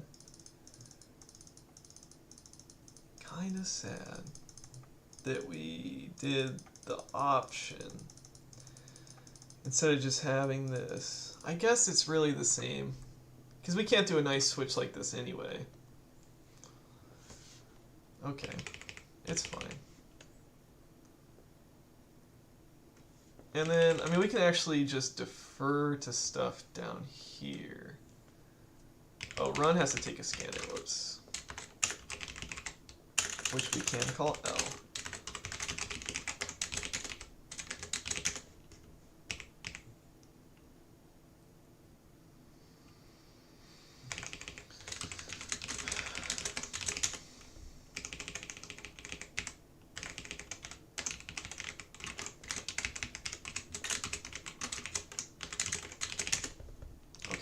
That should work.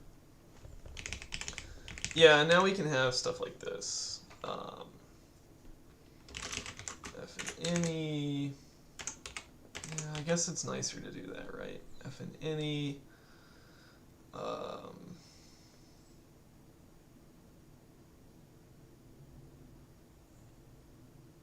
Takes a scanner. L. Depending on how repetitive this gets, we might be able to use some macros. Yeah, okay. Scanner. maybe we want Lex itself to be generic. Yeah, this is going to be pretty annoying, huh? Having to put these generics everywhere. What? Alright, well, we'll just do it in line then. Okay. So, Lex any. Ah, and then we can actually... Yeah, we can extract it into a function with the LSP. So, that's fine. Let R equal self... No. L.next. Next inner.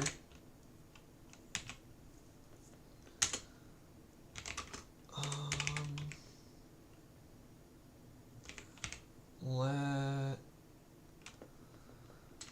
sum R equal L next inner, else return none.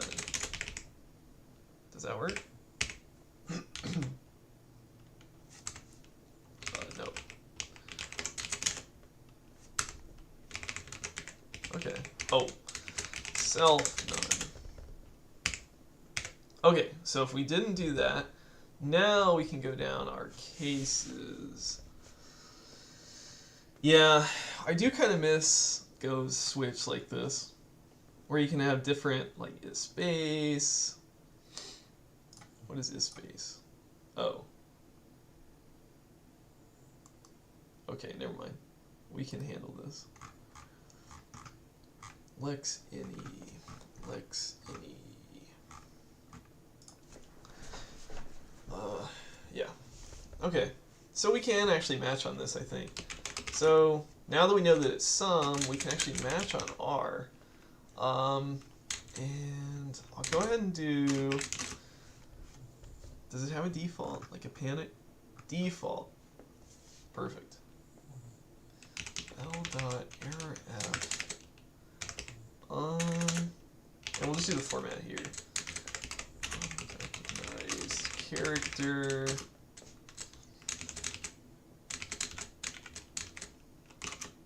R.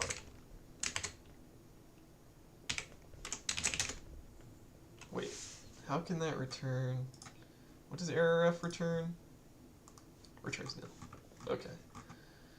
It returns nil. This is supposed to return a Lex.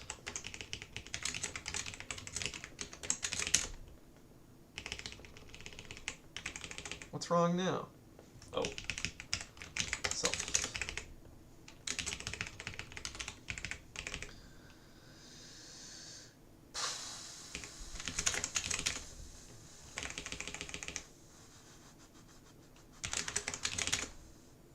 Okay, good.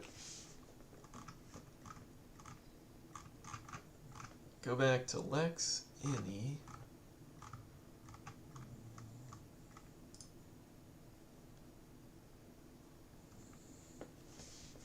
Okay, we took care of the EOF case. We took care of the default case, kind of. No, we fully took care of it, actually. So now we just have to take care of the real cases. So let's say we get a new line. Then I'm supposed to do L.emit new line.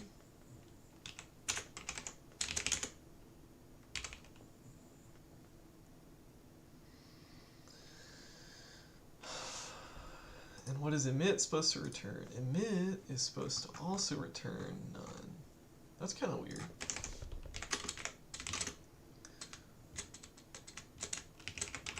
This returns a Lex. Return Lex none. And we can get rid of our to-do. Config's not used because we're not checking for the debug stuff.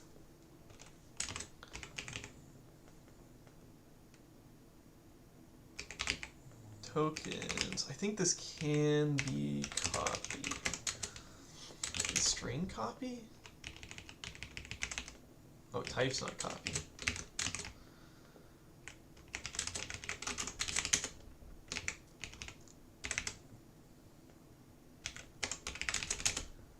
Yeah, okay, string's not copy.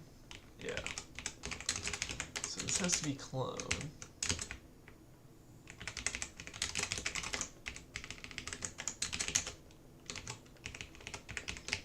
Okay, so we're gonna have to clone now. Well, actually, we could return... I guess we can just return a reference to a token, right? I don't think we have to do that. I don't think it has to... I think the reference is fine. Okay, so back to our Lexing implementation. How many lines is this? Yeah, if I can make it through this, I think we're definitely going to call it a day. Lexing. Okay, so we got the new line.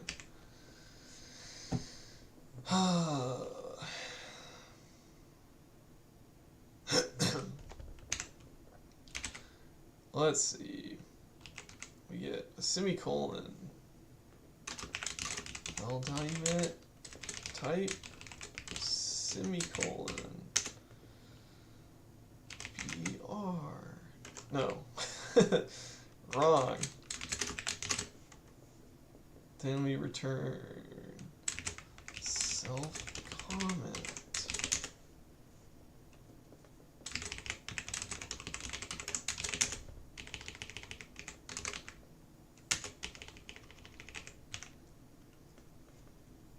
Case is space. So if we're just going to inline is space. So it's either this or it's this. Then we return. Why does it do that? Why can't I go back? Lexing. Why doesn't it jump back? Lex space. The number of things we have to handle just keeps growing. Space. We should probably look for some tests, right? Scan. There are no tests. It would be nice to have tests. IV test. Scan. Test all. Equal. Oh boy. Get text. Equal. Run test. Yeah, I'm pretty sad because I think we're going to have to just write it all before we can even test it. I could write tests myself, but who wants to do that?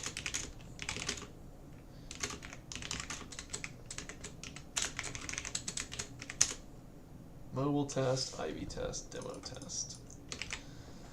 Okay. Okay. New line or a tab. Lex space. So if we get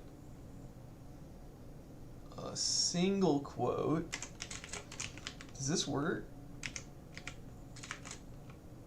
Maybe not.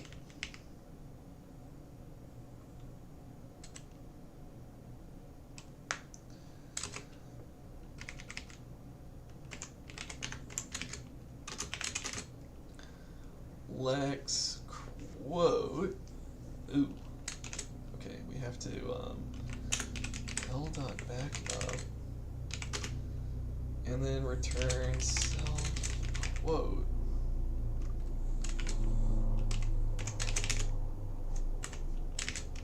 Now we have to add quote. Now we have to add it to the match. Okay, back up.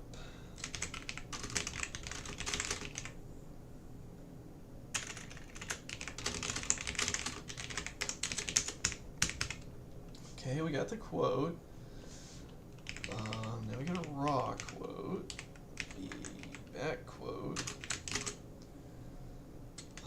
Self raw quote.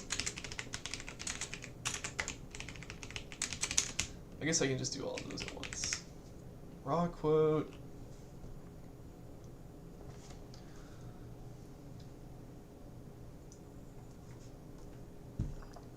The one downside of streaming is I can't listen to music. I guess I could, but it feels like too much trouble. I guess it's probably a simple setting in OBS, huh? Just like don't share the sound on my end. Okay.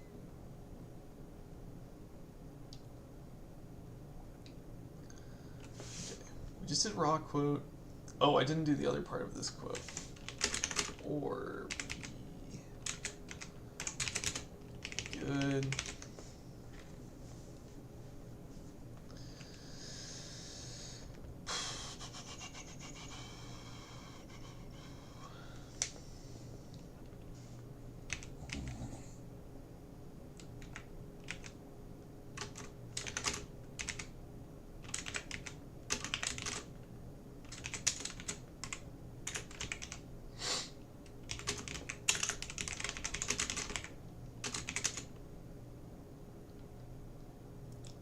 Decode last rune in string.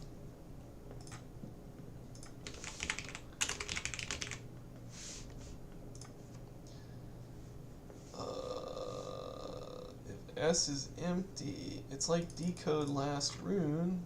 Decode last rune unpacks, returns the rune, unpacks the last encoding. Okay, so it looks like we're going to do string dot bytes dot last. Okay, let RR equal L dot input dot bytes dot last. I think we can unwrap it. Because starts greater than 0, it should definitely be defined, I think. And they throw away the error, so hopefully if that's safe, then this is safe. Let's just check the type. Yep, U8, perfect.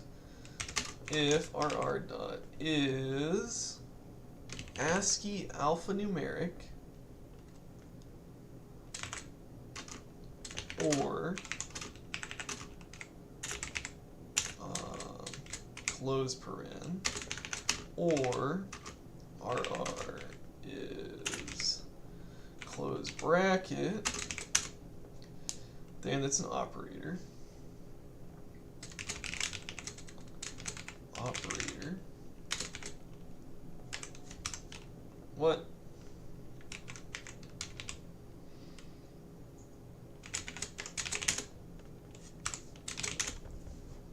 Alphanumeric, close paren, close bracket. I guess we need to say return here, because this is an early return. If that's not true, then we're doing an ugly corner case. Let R1, R2 equal L dot peak 2. Ugh, this is awful. Why did I do that?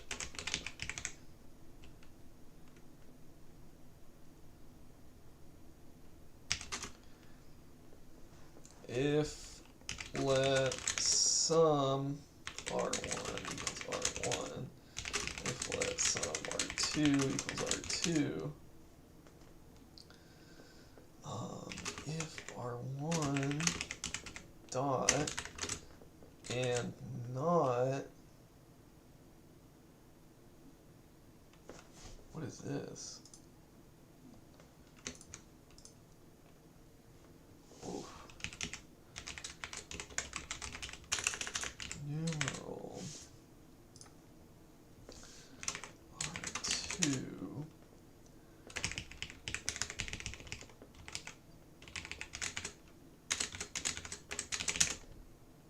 those nested ifs are pretty sad. Okay. Generate this.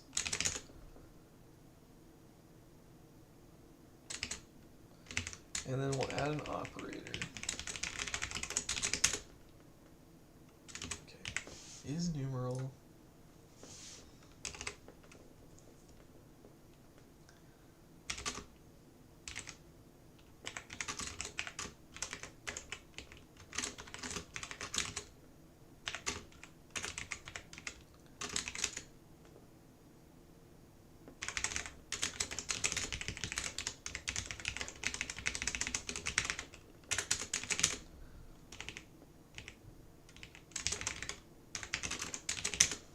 I think we're gonna skip the base thing right now. Well, do we have the base?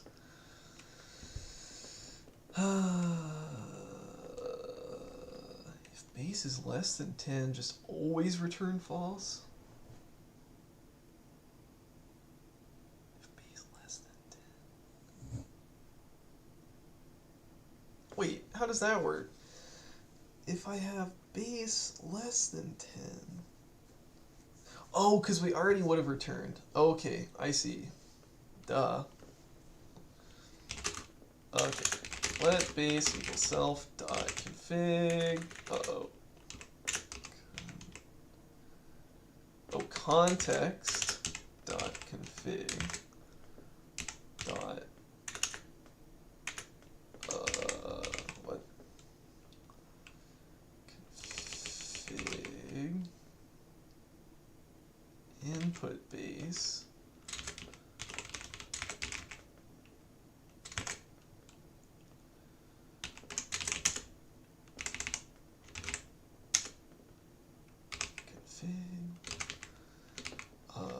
Let's get an impl. Actually, wait. Generate a getter method that still isn't working. Okay. Scan input base. If base less than 10, return false. Equal.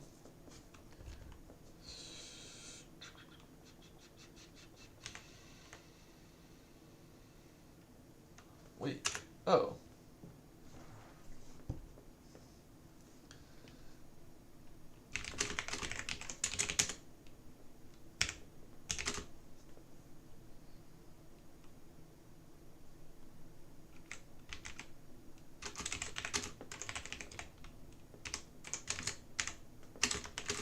I guess Rust actually makes this fairly easy. The byte stuff.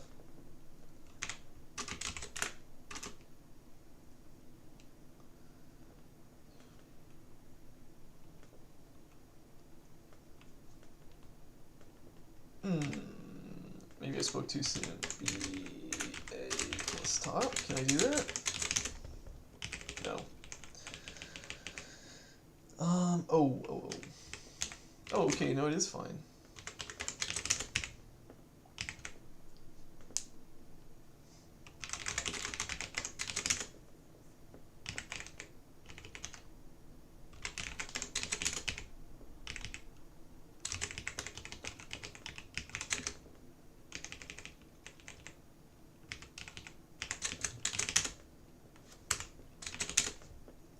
Excellent.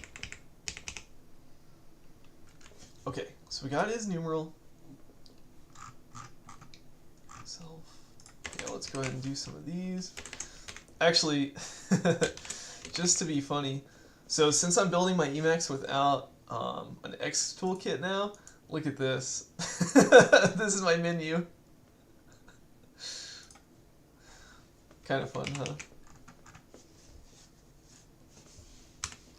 What's the problem here? Okay. Fall through.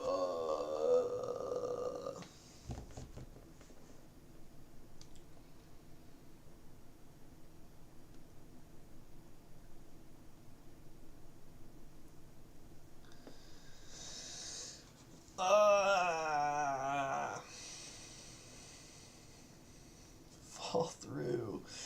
I don't want to fall through. Oh. Oh.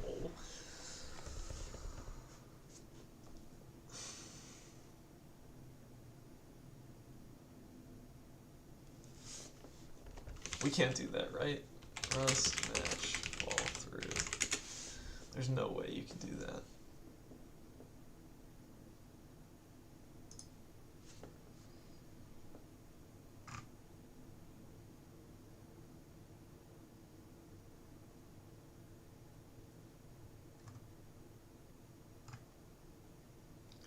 Yeah, see, that's not quite the same thing because I want to fall through conditionally.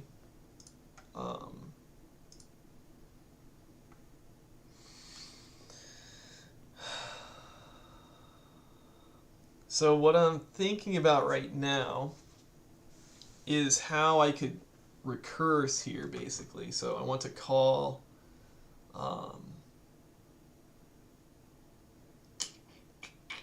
basically I want to call self.run with a different value of b or something, or r, I guess.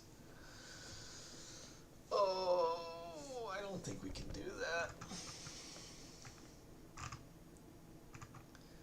Well, we can't just copy and paste the rest of this.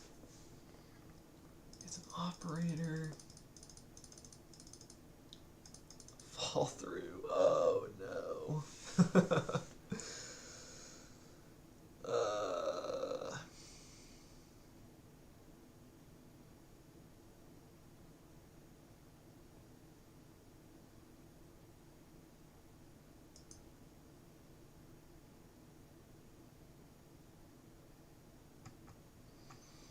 So there are two fall throughs.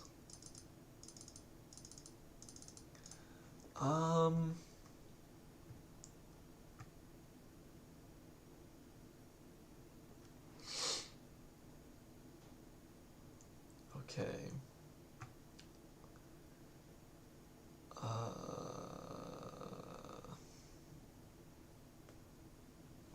Okay, let's go back here. So if we just return actually from each of these, then we can do something different. So everywhere we just have this, we can just return.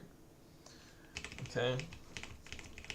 So if this is not the case, we have fall through, so we need to do something else. Okay.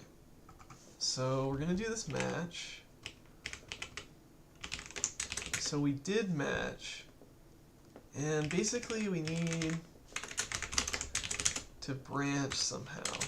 So I guess we're going to have to set some kind of flag.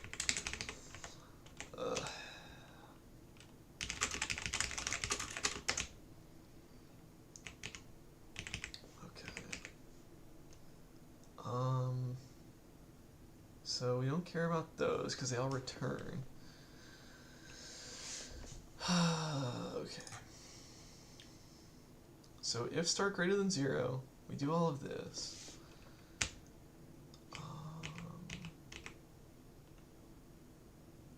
And we fall through.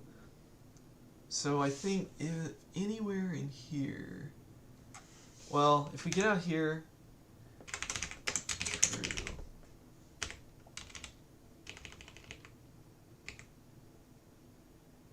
oh, wait. Okay, no, we don't need the fall through thing. Because the only way we'll get outside of the match is if we hit one of these fall through cases. Okay. But if we hit the fall through cases, we have to look through the other ones. It's an operator. This is kind of sad, I think.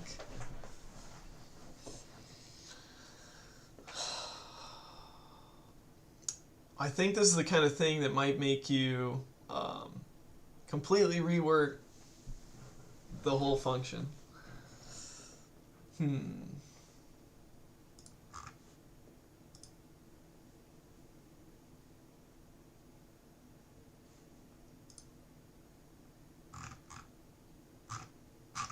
Uh-oh, did I lose my chat? Pop out chat.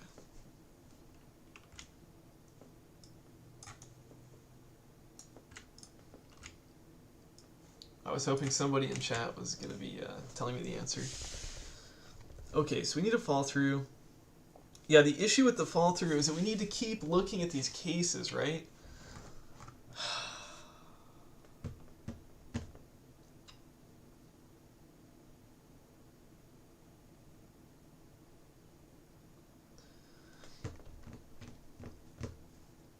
So we have to fall through. So we have to check all of this other stuff.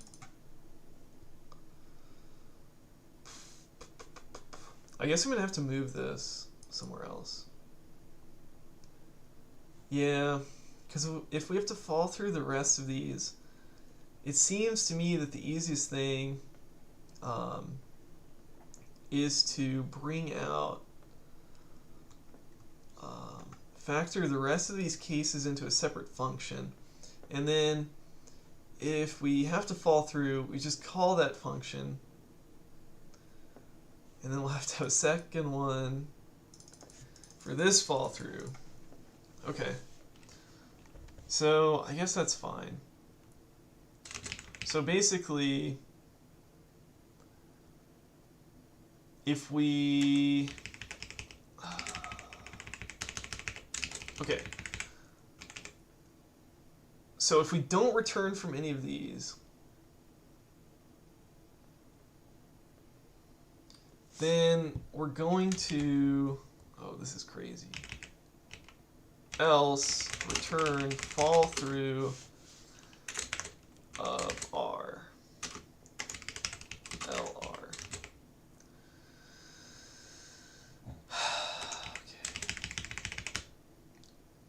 Okay. And fall through of LR.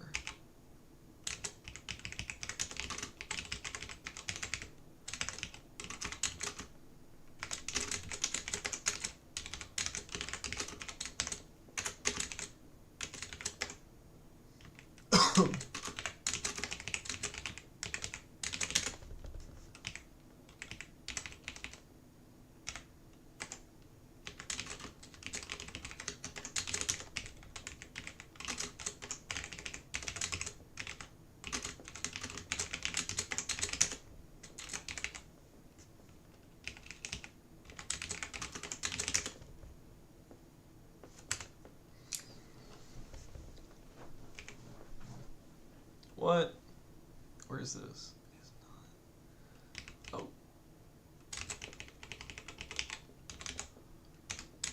I think I have too many braces up here, maybe. Okay.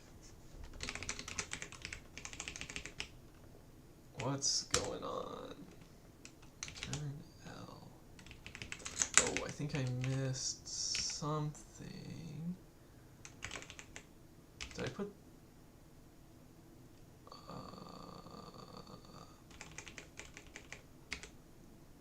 what's going on? Oh, I forgot to see what R is. R is a... What is R? A U8, I think?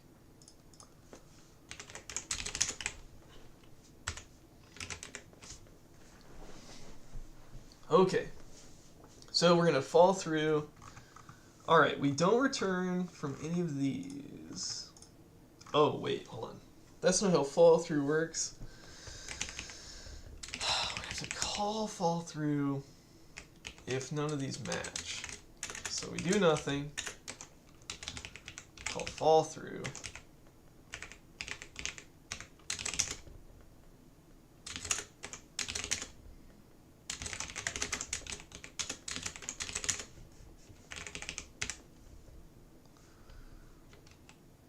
What? Oh.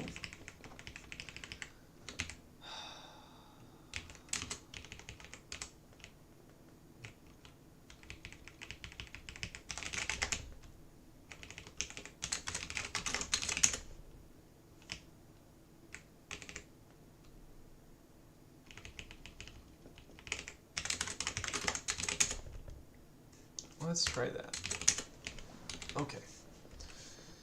I think that will work. So we didn't return out of any of these.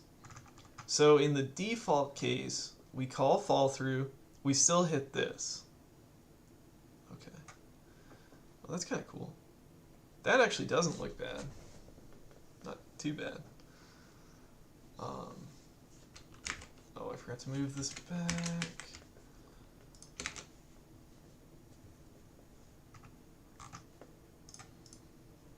Okay, so I think this is going to work. Now we can start matching again.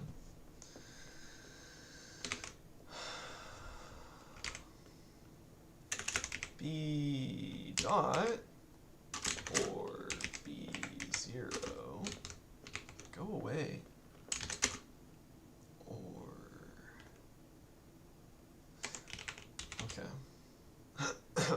So now we might need to switch to ifs, right? Yeah. Well, that's good actually, because that's kind of a natural division. Okay. So this is just going to be the default. If we make it all the way down here, this is what we'll return. And now what we can do is we're just going to say if r equals this, or b0 less than equal r, and r less than equal to b9,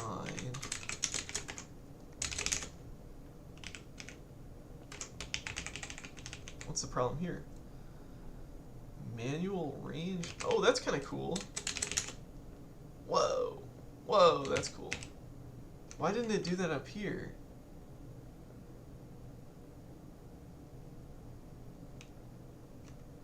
Because this is checking if R is between A and A plus top. Okay. Well, anyway, that was cool. So what does this mean? We have to do l.backup complex. Oh no.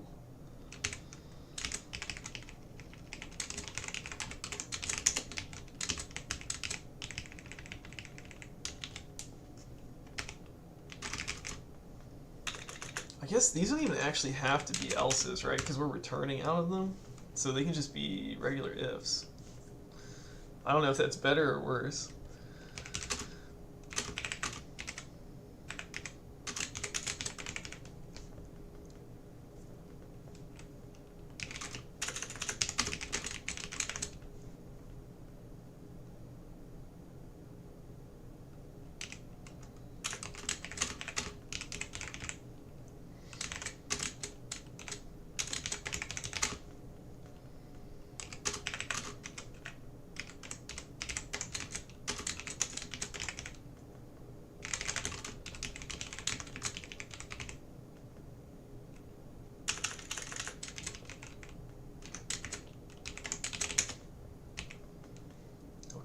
So if we don't return there, so those two ifs are their one if, and then I'm going to call it l.next,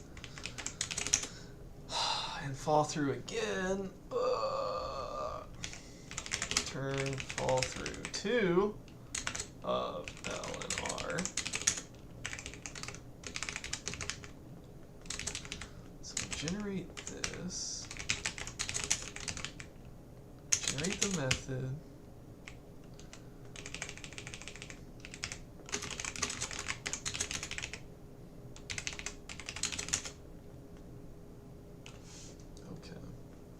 I think that's the last fall through. Okay. Yep. Fall through 2. Okay. And we'll put this up next to old fall through. Okay.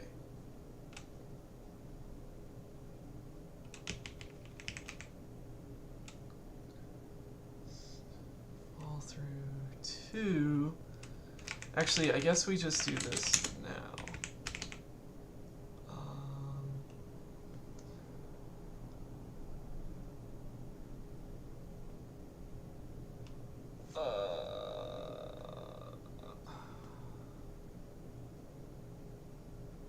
Okay, no, it's still confusing about the, still confusing. Oh, I guess we have to move this into fall through 2. Okay. Yes. Wow, this is weird. I don't know about this. I'm not sure this was a good idea. Actually, I kind of think it was not a good idea.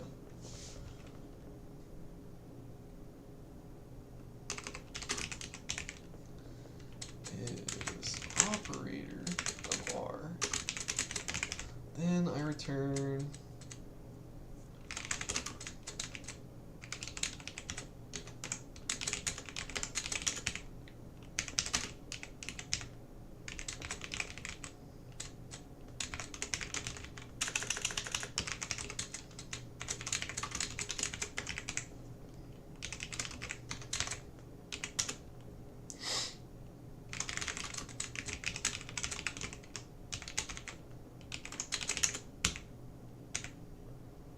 Okay, and then are we back to bytes? I might be able to match again. Match R.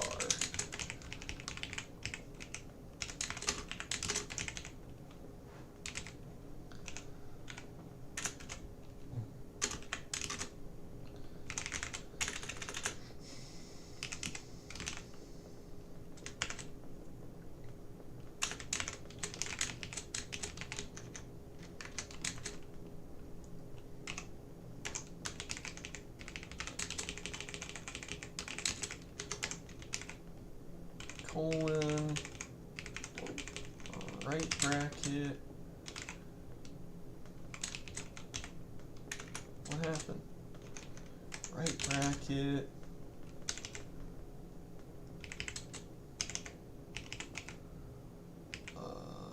Left paren, right paren. What am I doing?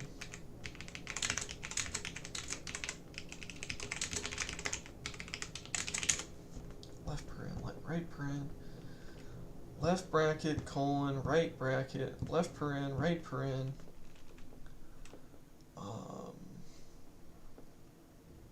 I guess we have to return here again.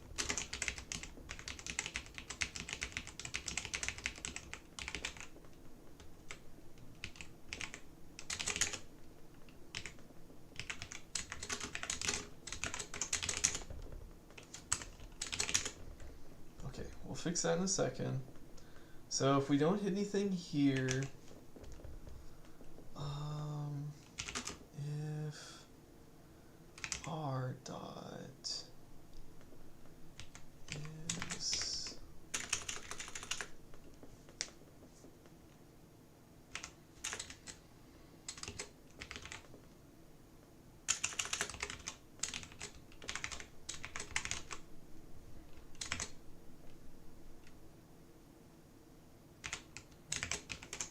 let's take a look. What is this? Performs the conversion.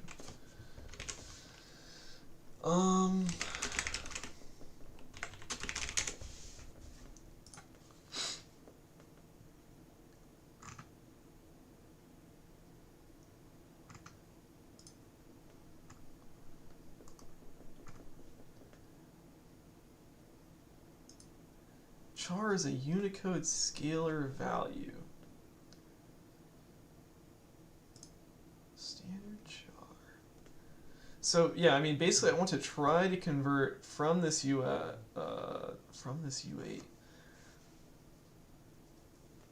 And if it fails, then we'll do and it's printable. If it's less than max ASCII. Oh, okay. No, we're checking if it's ASCII.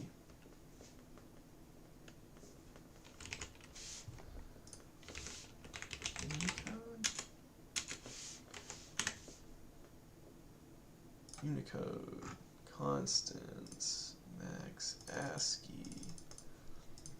So we'll check if it's ASCII.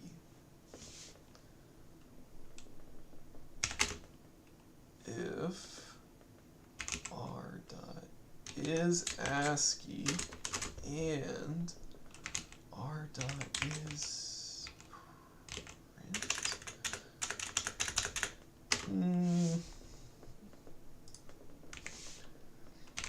Is print.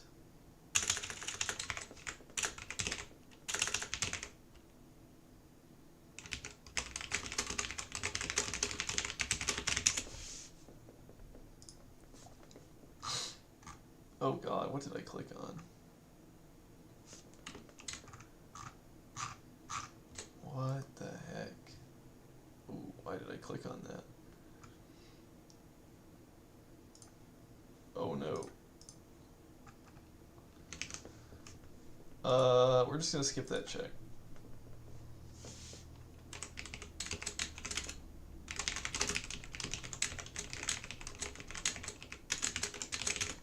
Okay.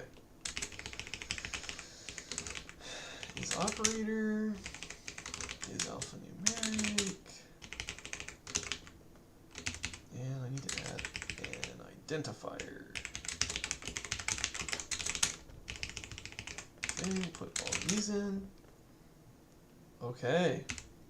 Now where are the to-dos? Okay, so I need to look at is operator.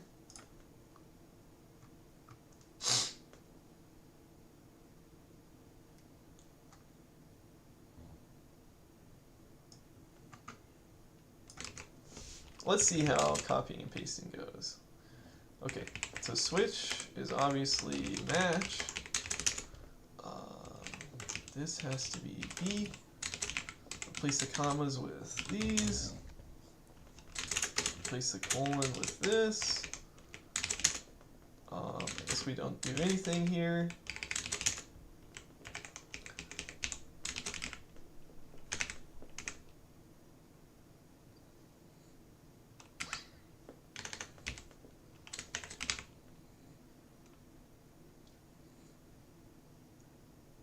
That's interesting. E.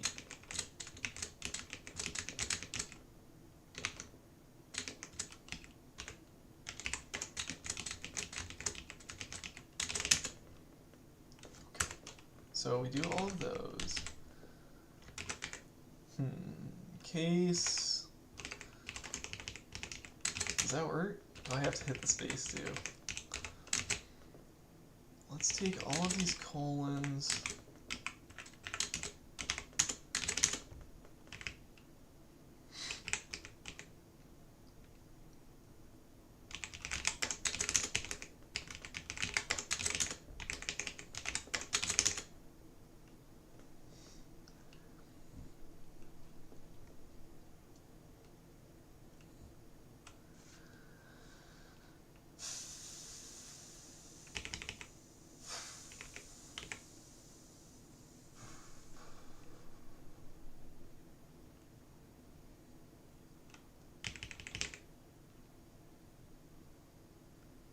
This was a terrible idea. Why did I do this? Because now I've got all these switches all nested.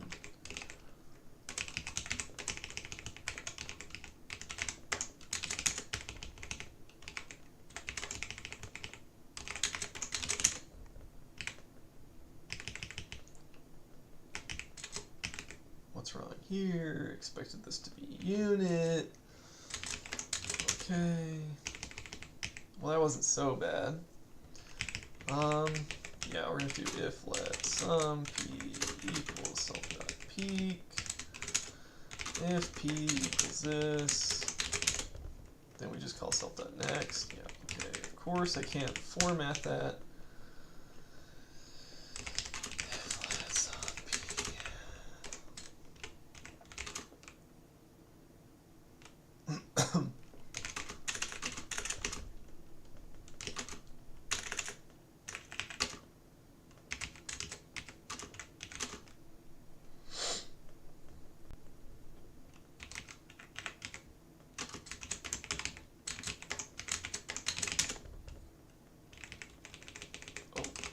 This is not Python. This is supposed to say self.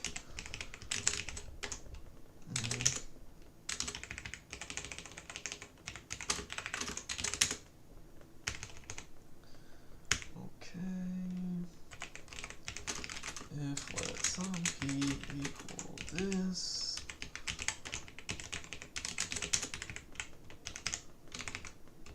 If let, no, not if let this time.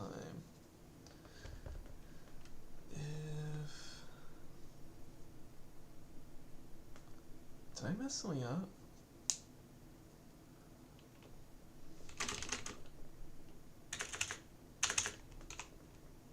I mean, we can do this, right? I don't know, this doesn't really save much.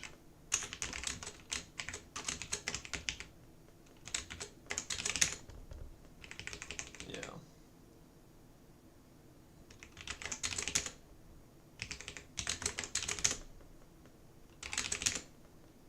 What is P? I just put the B's on here. Anyway, it's like, yeah, I mean, what's the difference between these two, right? Contains.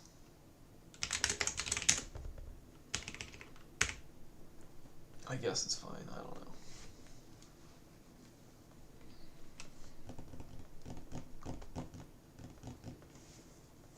Maybe you can use some kind of matches thing here. I don't know.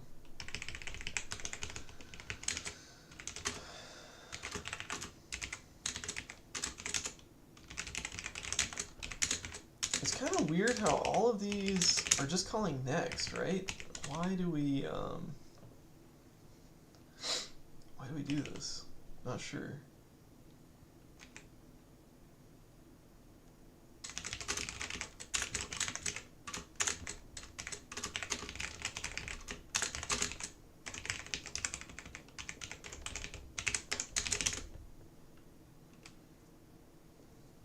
If p not equal to this, return false. Otherwise, we call next.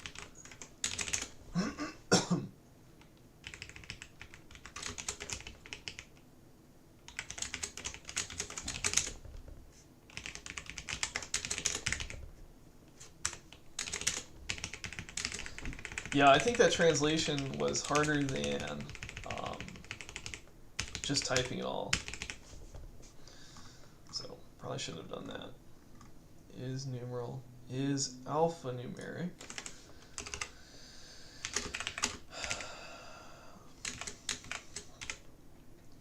I wonder if that's actually an underscore. Or R dot is alphabetic. Or R dot is digit.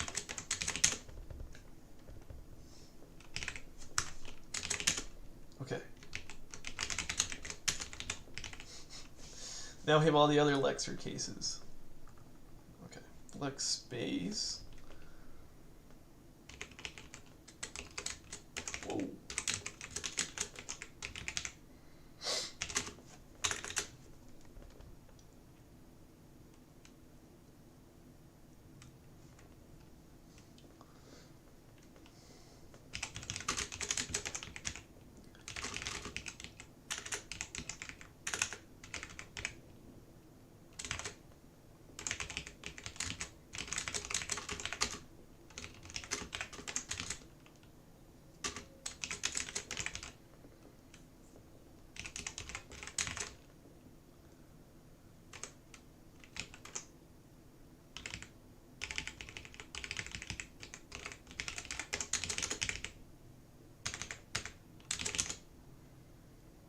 Okay, so we want to check if it's space.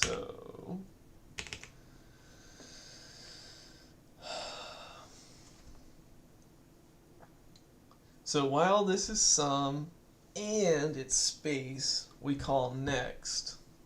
If it's not sum and it's not space, then we break. So I think what I actually want, let sum c else break. Okay. And then if not c dot is space, where's is space? I thought I wrote is space. Oh, that's why they defined it. Oh. Okay.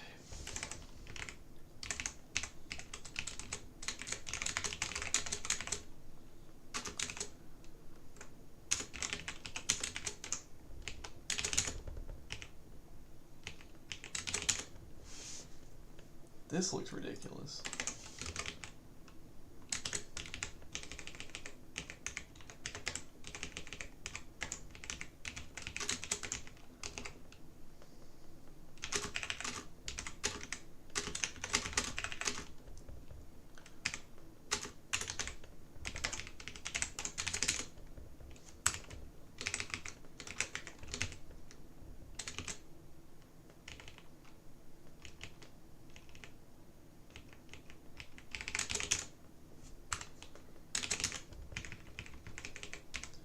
Break.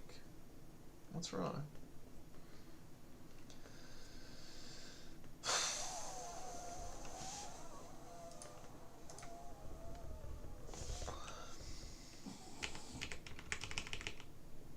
Break. Oh, hold on. This is a loop. Okay, we need more of these.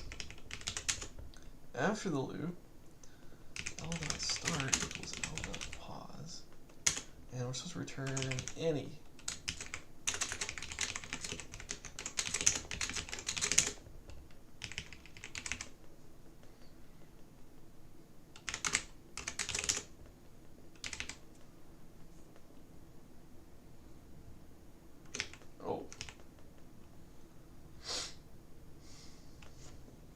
Where is space supposed to be? Where was the other place we were supposed to use is space? We were supposed to use it in Lexing. Okay, that's fine.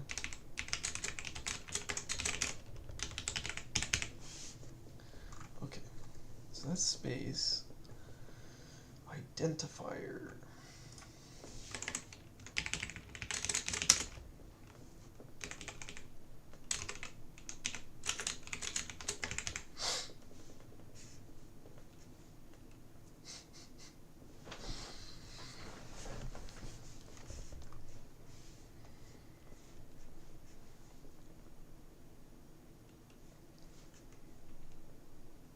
Let's see how while let looks. So while let sum c equals L dot p.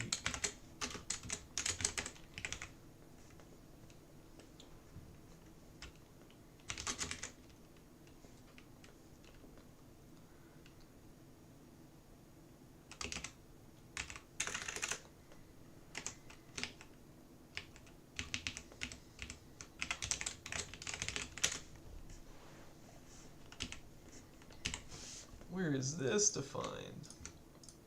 What did I just write that was is alphanumeric?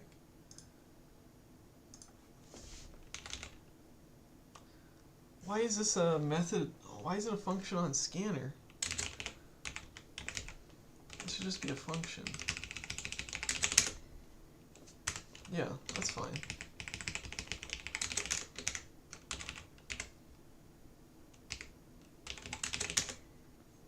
Yeah, there we go. Okay, now where's the problem? If is alphanumeric, here. If not is alphanumeric R. Great. Okay, otherwise, we just keep going. Hold on, next.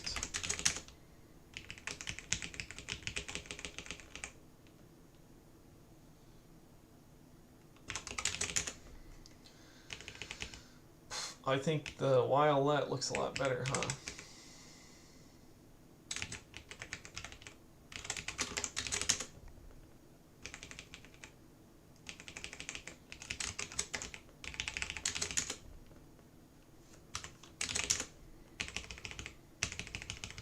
While let, okay. We call next if L dot at terminator return L dot error f bad character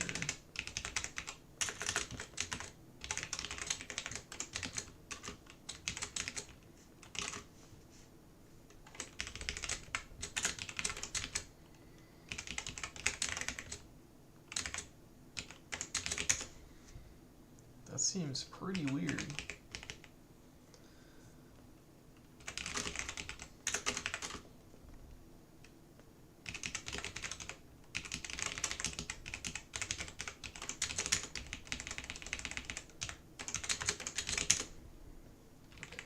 Generate this. This probably doesn't generate debug.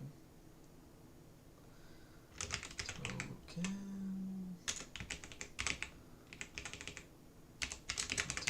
Debug.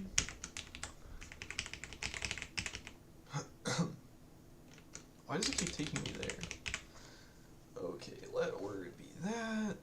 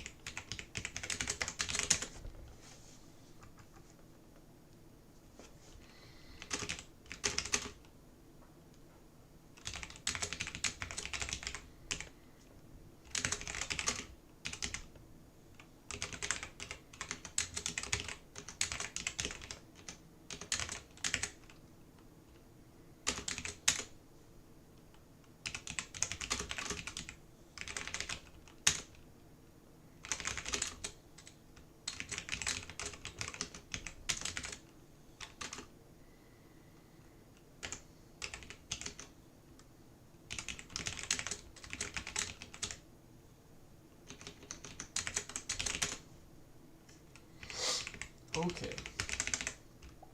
Is this right? Oh, type identifier. How long have I been streaming? Only 2.5 hours.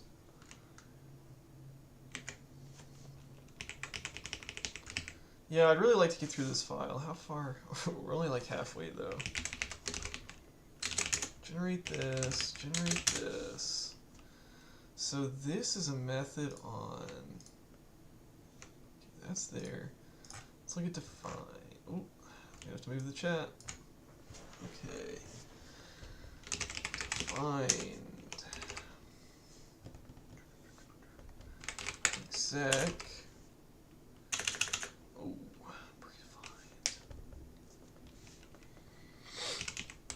Context. Oh, self.context dot user defined word.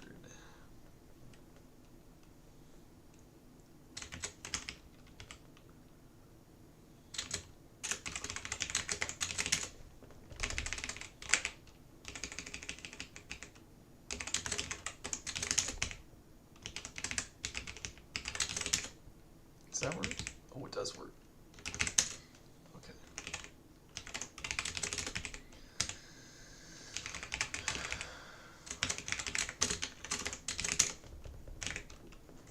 Okay, let's go to exec. We just have a free function, I guess.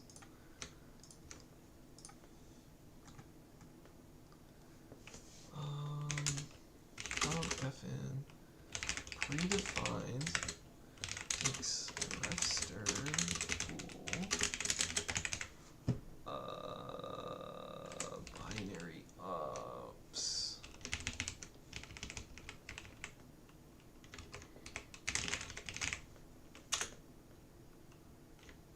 Do I have an enum for this?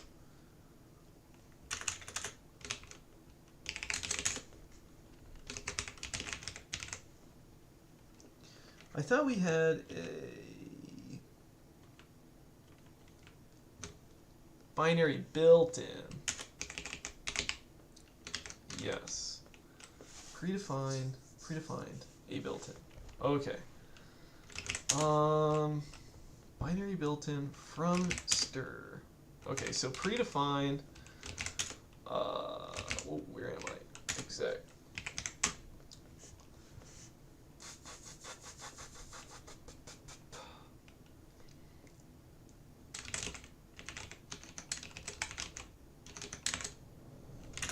I do try from stir op dot is okay, or unary built in from stir op dot is okay. Great.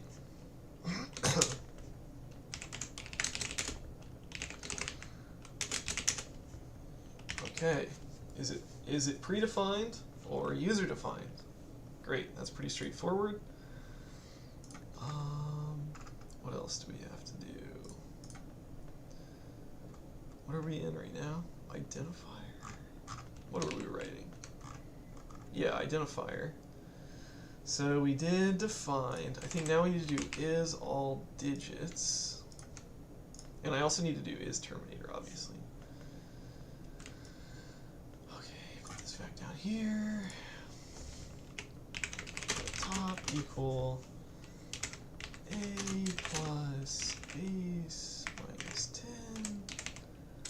minus 1 top. Let's not do that. We'll just call it C top for capital top. BA plus base minus 10 minus 1. Oh, this is supposed to be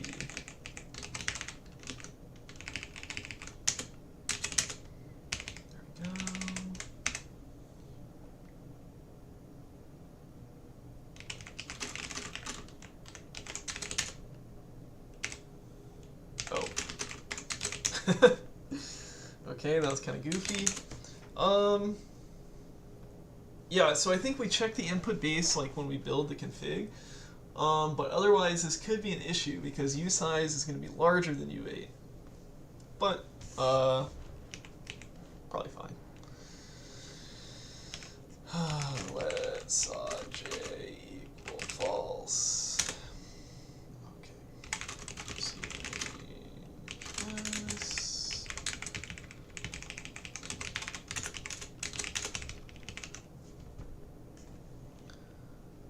If c equals j and not saw j true. Yeah, it's not gonna like this, right? Oh, right. For c and s.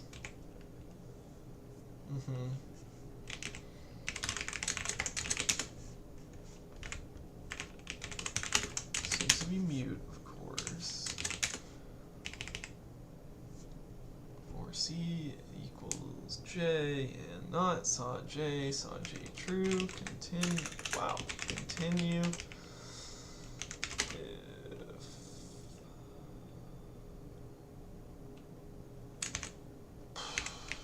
I guess I'll try to do this. 0 less than equal to c, c less than equal to 9, b dot b 9. I guess it equals 9 dot contains c continue. Does that work? How did we do this before? How did the LSP do this before? I guess I just have to borrow.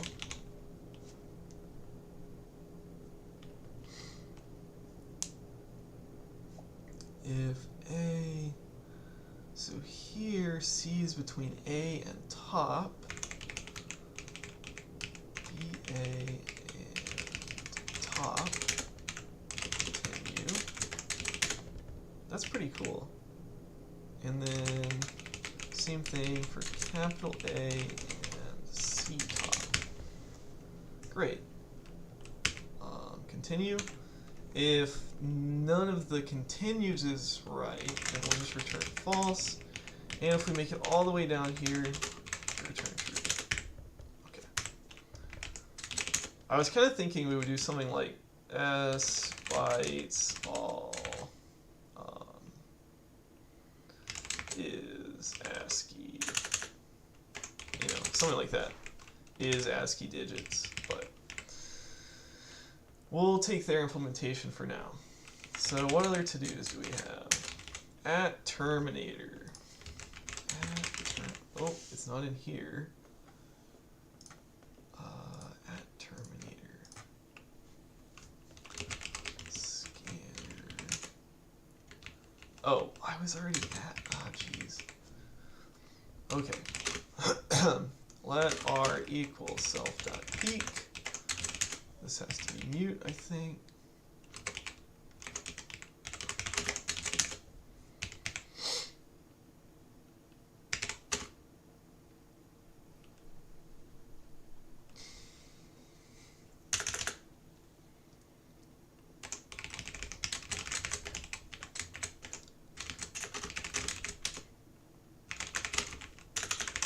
So we return true on EOF if r dot is if is space. Okay. Again, this is just a free function. Where is my other free function?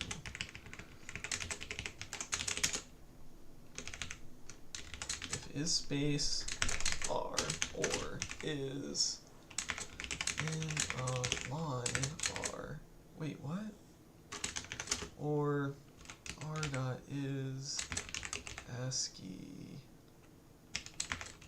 punctuation.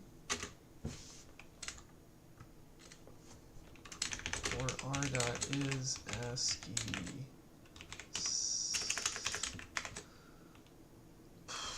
What is symbol? I really need to close these more often. Is symbol, symbolic character. now we're looking for UTF-8 symbols. I don't know about that. I guess, what is graphic? Maybe that's what we want. What is this?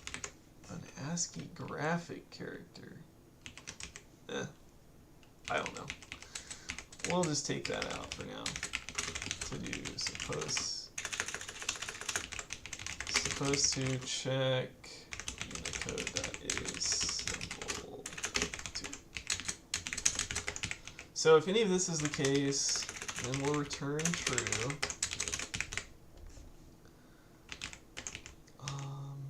If we make it all the way to the end, we return false.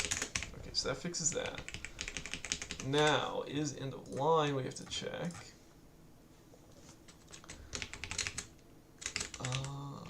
Is space. If is end of line RU8.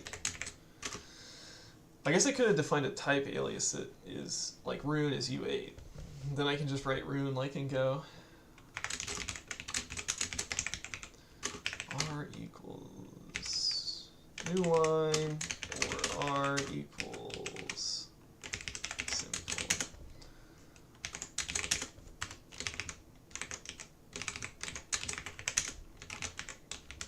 Okay. I always forget that the let else needs a semicolon. Okay, close that. Back to this. It could be a compound operator. Ugly. My favorite. If self.pos less than self.input.length. Let R1, R2 equals self.peak2.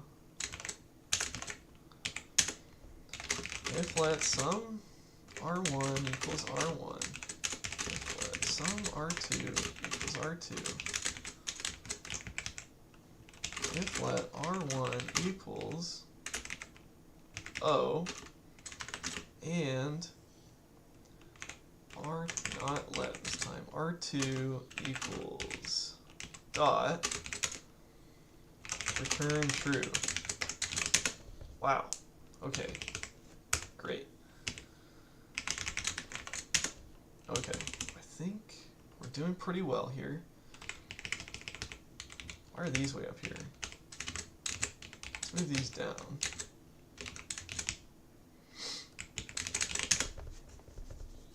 Okay. Oh, did anybody else comment?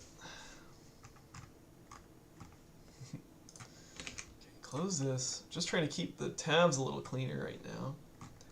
So we did Lex identifier. This is the difficulty with the thing in our README, right? It's going to be hard to keep it up to date, except when we go straight through a whole file like this. Like, I'm going straight through scan/scan.go, but I'm also having to jump around to other files, and I'm adding more stuff, so yeah, it'll be hard to keep it up to date. Oh no, accept number, Lex complex. Alright, so I think we just did identifier. Now Lex operator. Actually, yeah, I'm kind of losing steam. I know I said I wanted to get through this file, but yeah, I'm getting kind of tired already. We've been going almost 3 hours.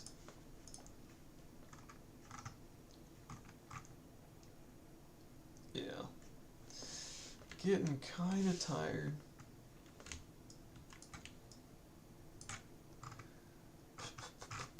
And we've got a lot left to do. Scan number, digits, digits for base, Lex quote, Lex raw quote. Yeah, we've got like half the file left. Okay, I think I'm probably going to go ahead and call it there for today. Thanks to everybody who stopped by. Thanks for the Reddit post. and I will plan to do this again tomorrow. I know I keep saying that, and then I end up not getting to get to do it the next day, but tomorrow should be a pretty safe bet. Before I end, I do want to run Clippy. Yeah, let's see what's going on here. So we're going to try to clean up the errors. We'll still have a ton of warnings, and it will almost certainly panic when we actually try to run this eventually. But at least Clippy shouldn't report any issues. Okay, we got an unreachable pattern here. Why is that?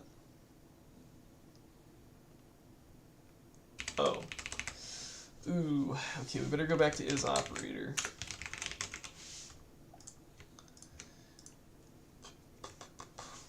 Okay. Oh, this is probably supposed to be, oh god, it's supposed to be a comma. I replaced all the commas. Okay, it's supposed to be question mark plus minus slash mod ampersand pipe caret comma. Okay, that was an excellent plan. This has to be mute, no problem. Can't borrow L as mutable more than once at a time. Okay, yeah, I'm familiar with that. I think I talked about this last time. I just have to do this up here.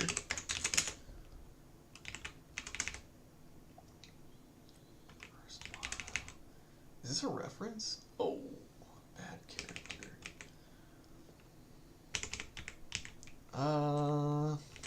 What if we just do C dot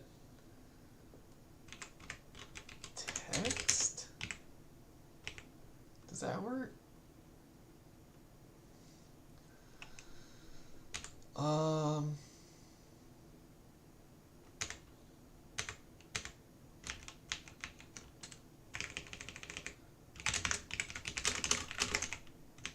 I guess we should call this E. There. Okay. Oh, and now I can probably inline this. Is that okay? Okay, that's fine. We just have to make the string before, and then let's put this here. Okay, multiple fields are never read. Okay, great. So at least Clippy checks our stuff. Unused variables are all fine. We can fix that. I guess we can fix some of this stuff real quick. So let's just do this. Okay. And actually, I guess we can mark some of this stuff okay. We don't care about this. That way we can really believe Clippy. Okay, that's fine. We're going to use this stuff eventually, I think. Okay. Is variable. So we're going to keep all the functions we've written. Like that, okay. If you guys are wondering, I just have dead defined as a snippet. I don't care about that. Wow.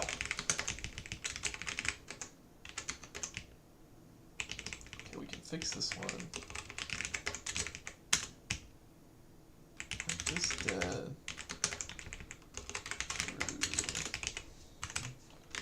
Multiple variants, that's fine. They will be constructed. This is never used. This is never used. This never used. Never used. Whoa.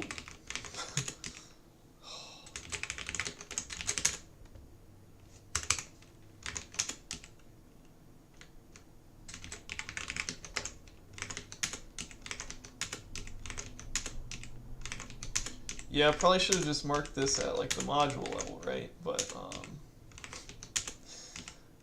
oops.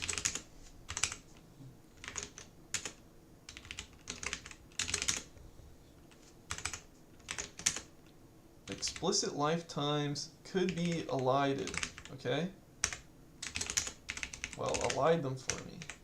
Okay, that's fine. Yeah, okay, because this is the only reference it knows the lifetime. Unused return. Unused variable. That's fine. We'll just put that. Okay, so we made Clippy happy. We're going to pick back up here at scan with these down here. Okay. Okay. So we pick back up there tomorrow.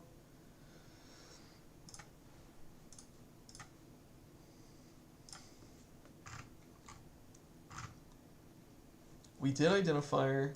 Yep. Can I link to this?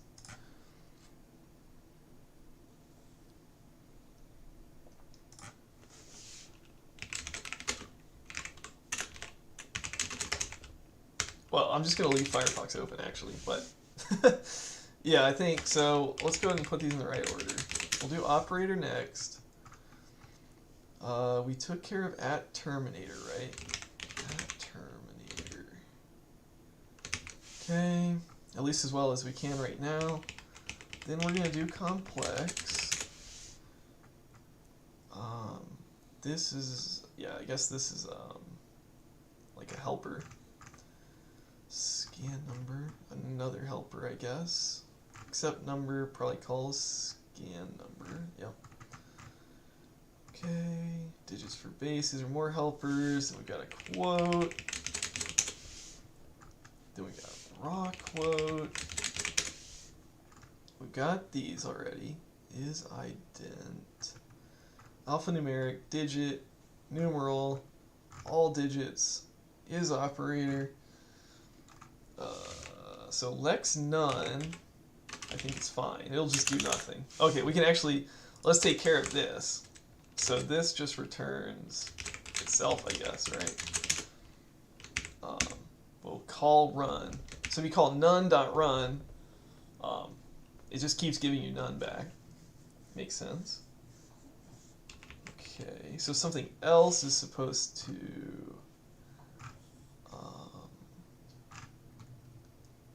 if it's nil. So somewhere else we're going to be checking if it's nil,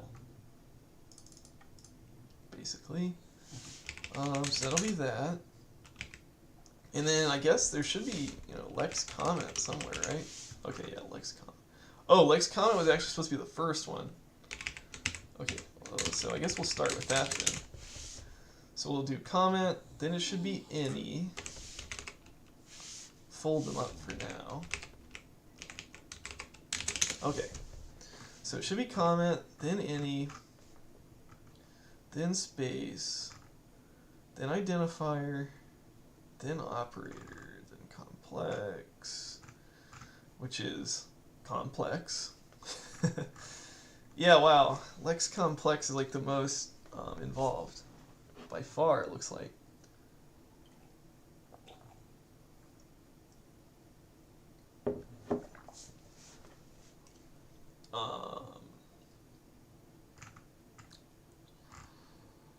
Lex quote, raw quote.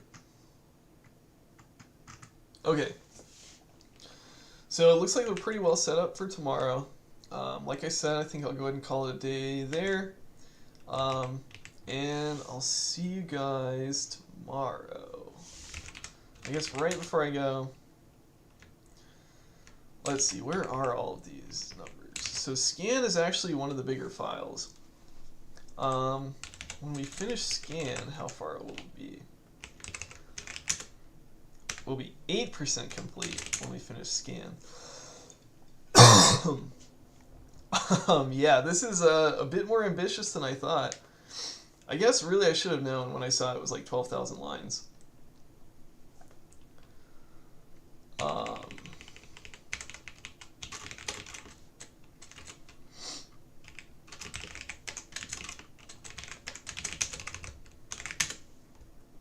Yeah, 12,000 lines.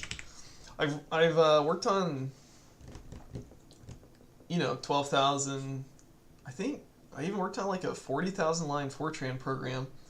But in those Fortran programs, I was skipping a lot more stuff, and Fortran can be, and I think I was counting comments in that Fortran code, and Fortran can be very verbose for the same operation in Rust, especially the old style Fortran I was working on. So it seems like this 12,000 lines is a lot denser than the Fortran 12,000 lines. That's for sure. Yeah. But anyway, I'm having fun. Hopefully you guys are enjoying it as well. And hopefully we can get this knocked out before too long. Yeah. Alright. Well, anyway, I'll see you all next time. Thanks.